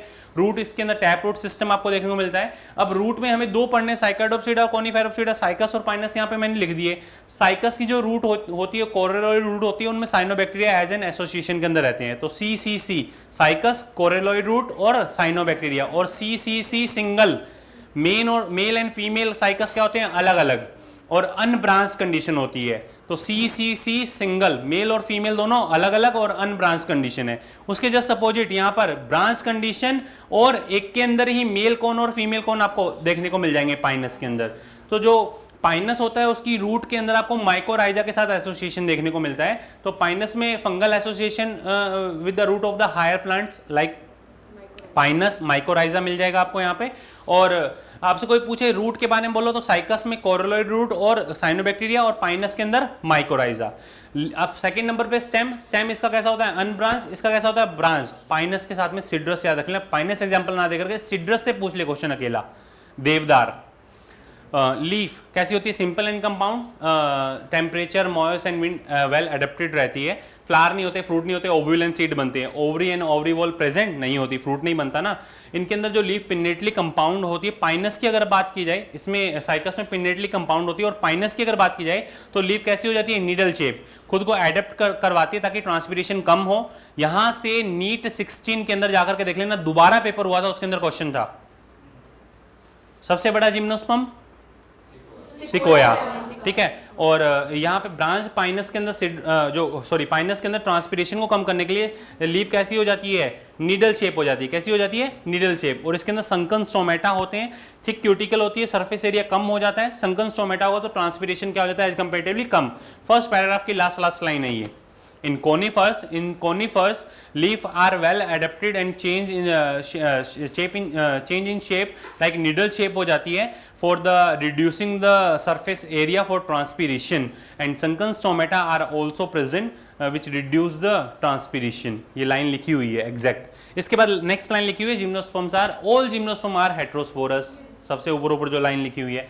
अब आ जाओ, इसमें हेट्रोस्पोरस जो कंडीशन आपको देखने को मिलती है, उस हेट्रोस्पोरस कंडीशन में इधर साइकस पाइनस दोनों को साथ में लेकर चल रहा हूं। साइकस के अंदर एंथीडियम आर्चिगोनियम, यहाँ पे एंथीडिया नहीं होता, एंथीडिया का लास्ट क्या था, ट्राइडोफाइट, और आर्चिगोनिया का लास्ट क्या है, जिम्नो। आर्चिगोनिया वर्ड लास्ट कहाँ यूज करते हो, जिम्नो में, और एंथीडिया लास्ट वर्ड कहाँ यूज करते हो, टाइडो में। यहाँ पे मेल एंड फीमेल, मेल कौन और फीमेल के लिए क्या लिखा मैंने, मेगास्पोरोफिल। फीमेल के लिए क्या लिखा मैंने, फीमेल के लिए क्या लिखा मैंने, पिछला पेपर याद है, पिछला पेपर याद है कुछ। इन साइकस 4 स्टेटमेंट तक तो जाना ही नहीं था, पहली दूसरी तक गए तो आंसर भी आया आपका और 5 नंबर भी आए आप लोगों के। लास्ट स्टेटमेंट तक जाते तो क्या पता 4 आ जाते। आपको तो ज़्यादा नंबर लेने की कोशिश करनी थी ना, तो 5 आपने लिए उसमें नंबर। ध्यान रखना भाई, पेपर के अंदर गलती मत करना, ये एडवांस नहीं है। साइकस इसका वो है जो टाइडोफाइट से ट्रांजिशन में आ रहा है, पाइनस इसका वो है जो एडवांस के अंदर जा रहा है। तो यहाँ पे तो आपको कोन वाली कंडीशन मिल जाएगी और वहां पे आपको प्रॉपरली कोन डेवलप नहीं मिलेंगे। समझ में आया, चलो ठीक है। माइक्रोस्पोरोफिल मेगास्पोरोफिल वही कहानी, माइक्रोस्पोर और मेगास्पोर। माइक्रोस्पोर और मेगास्पोर यहाँ पे आएंगे। माइक्रोस्पोर से बनेगा मेल गैमेटोफाइट, पोलन ग्रेन, जो एयर विंड के थ्रू मेल गैमेट की फॉर्मेशन करेगा, रिड्यूस गैमेटोफाइट है। एयर के थ्रू कहाँ जाएगा, फीमेल गैमेटोफाइट के बाद में। और female gametophyte is permanently retain on the main plant body. तो यहाँ पे जो मेगास्पोर तक पहुंचे, मेगास्पोर जर्मिनेट होकर के फीमेल गैमेटोफाइट बनाता है, जिसके अंदर क्या बनता है, आर्चिगोनिया और एंडोस्पर्म। आर्चिगोनिया में एग सेल होता है, मेल गैमेट आकर के इसको फर्टिलाइज करेगा, जाइगोट बनेगा, और इस जाइगोट के अंदर एंडोस्पर्म आपको देखने को मिलेगा। एंडोस्पर्म एन टाइप और जाइगोट कैसा होगा, 2n। सीड फॉर्मेशन होगी, सीड की कवरिंग नहीं है क्योंकि कार्पल नहीं है, ओवरी नहीं है, ओवरी वॉल नहीं है, फ्रूट फॉर्मेशन नहीं होगा। ये सारी कहानी दोबारा से मैं बता रहा हूं, देख लो। Megasporophyll, ovule, unitegmic. One of the number of the cells which is present as a nucellus. One of the nucellus cell can behave as a megaspore mother cell. After meiosis 4 megaspore की formation होती है, 3 degenerate हो जाएंगे, एक megaspore जिसको functional megaspore बोलोगे। Functional megaspore further produce mitotically archegonia and endosperm. Archegonia बनाया और एंडोस्पर्म बनाया। अब यहाँ पर इस लीफ के ऊपर यही ओव्यूल लगा हुआ, मेगास्पोरोफिल पे ये ओव्यूल और मेन प्लांट बॉडी पे रिटेन है। उड़ता हुआ क्या आया, विंग्ड पोलन ग्रेन किसे मिलते हैं, पाइनस के अंदर। ये आया और आकर के इसने इसको क्या किया, फर्टिलाइज किया, फर्टिलाइज करके क्या बना, सीड। सीड कोट प्रेजेंट है, एक सीड कोट है, यूनिटैगमिक था। और एंडोस्पर्म एन टाइप और 2n टाइप क्या मिलेगा, एम्ब्रियो। वही कंपैरिजन करो, 3n एंडोस्पर्म में, एम्ब्रियो कैसा है 2n, और डबल सीड कोट है एंजियोस्पर्म में। कंपैरिजन के लिए नीचे बनाया हुआ है, क्लियर। अब unlike bryophyte and pteridophyte, gametophyte of gymnosperm does not have independent existence. Bryophyte के अंदर तो गैमेटोफाइट ही मेन प्लांट बॉडी थी, इंडिपेंडेंट था। टाइडोफाइट के अंदर भी प्रोथैलस गैमेटोफाइट बना था, वो कैसा था, इंडिपेंडेंट था। और कुछ एक के अंदर डिपेंडेंसी आई थी वेरिएबल पीरियड वाली, पर यहां पे गैमेटोफाइट हमेशा कहां रहेगा, मेन प्लांट बॉडी पे ही रहेगा। यही तो कंडीशन थी सीड प्रीकर्सर, एक सीड हैबिट, सीड बनना मतलब मेन प्लांट बॉडी पे ही सीड बन जाए, मतलब नेक्स्ट जनरेशन के लिए। तो वो आपको यहाँ पे, और ये गोल्डन लाइन हर किसी के अंदर लाइन से लिखवाई है, मोर इलेबोरेट मैकेनिज्म वाली, याद है। मोसिस का स्पोरोफाइट ज़्यादा बेटर होता है। फिर उसके बाद टाइडो में आपको बताया वेरिएबल पीरियड वाला, मेजोरिटी वाली लाइन। यहाँ पे आपको ये लाइन बताई जिम्नो के अंदर, ये गोल्डन लाइंस मत भूलना, ये भूलोगे तो फिर क्योंकि क्वेश्चंस जब पूछे जाते हैं वो इन्हीं से ही घुमा फिरा कर इसे। अब देखो ये नहीं समझ में आया तो आया समझ में। लास्ट 2-3 मिनट्स जिसके अंदर हम अब पढ़ने वाले हैं क्या, इसका क्या पढ़ने वाले हैं, एंजियोस्पर्म। एंजियोस्पर्मिक प्लांट के अंदर दो क्लासेस, डाइकोटिलीडोन, मोनोकोटिलीडोन। दो कोटिलीडोन होंगे, एक सिंगल होगा। रेटिकुलेट वेनेशन, पैरेलल वेनेशन, टेट्रामिरस, पेंटामिरस बहुत अच्छे से समझते हो। ट्राइमिरस 3, ये डाइकोटिलीडोन, दो कोटिलीडोन, इसमें एक cotyledon scutellum, shield shape lateral side के अंदर, मोनोकोटिलीडोन। एंजियोस्पर्मिक प्लांट के अंदर sporophyte, main plant body, root, stem, leaf, flower, fruit, seed, siphonogamy देखने को मिलती है, और पॉलिनेशन इसके अंदर होता है। मेन प्लांट बॉडी के अंदर अगर अपने बात करें, flower is a modified condense shoot, ऐसा आपको देखने को मिलेगा। और देख करके फ्लोरल फॉर्मूला आप बता सकते हो, KCAG।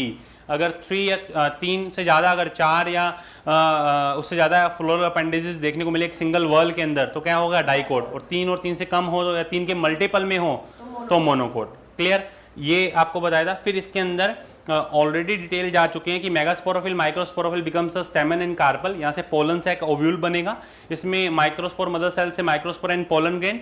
यहाँ पर मेगास्पोर मदर सेल से फिर further female gametophyte, 7 cell 8 nucleated.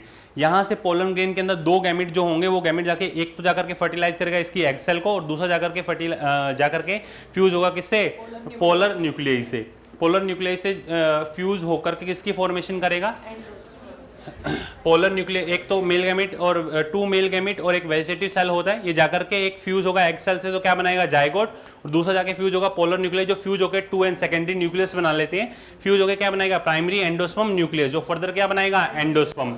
Endosperm पहले बनता है, फिर जाइगोट के अंदर डिवीजन होना स्टार्ट होते हैं।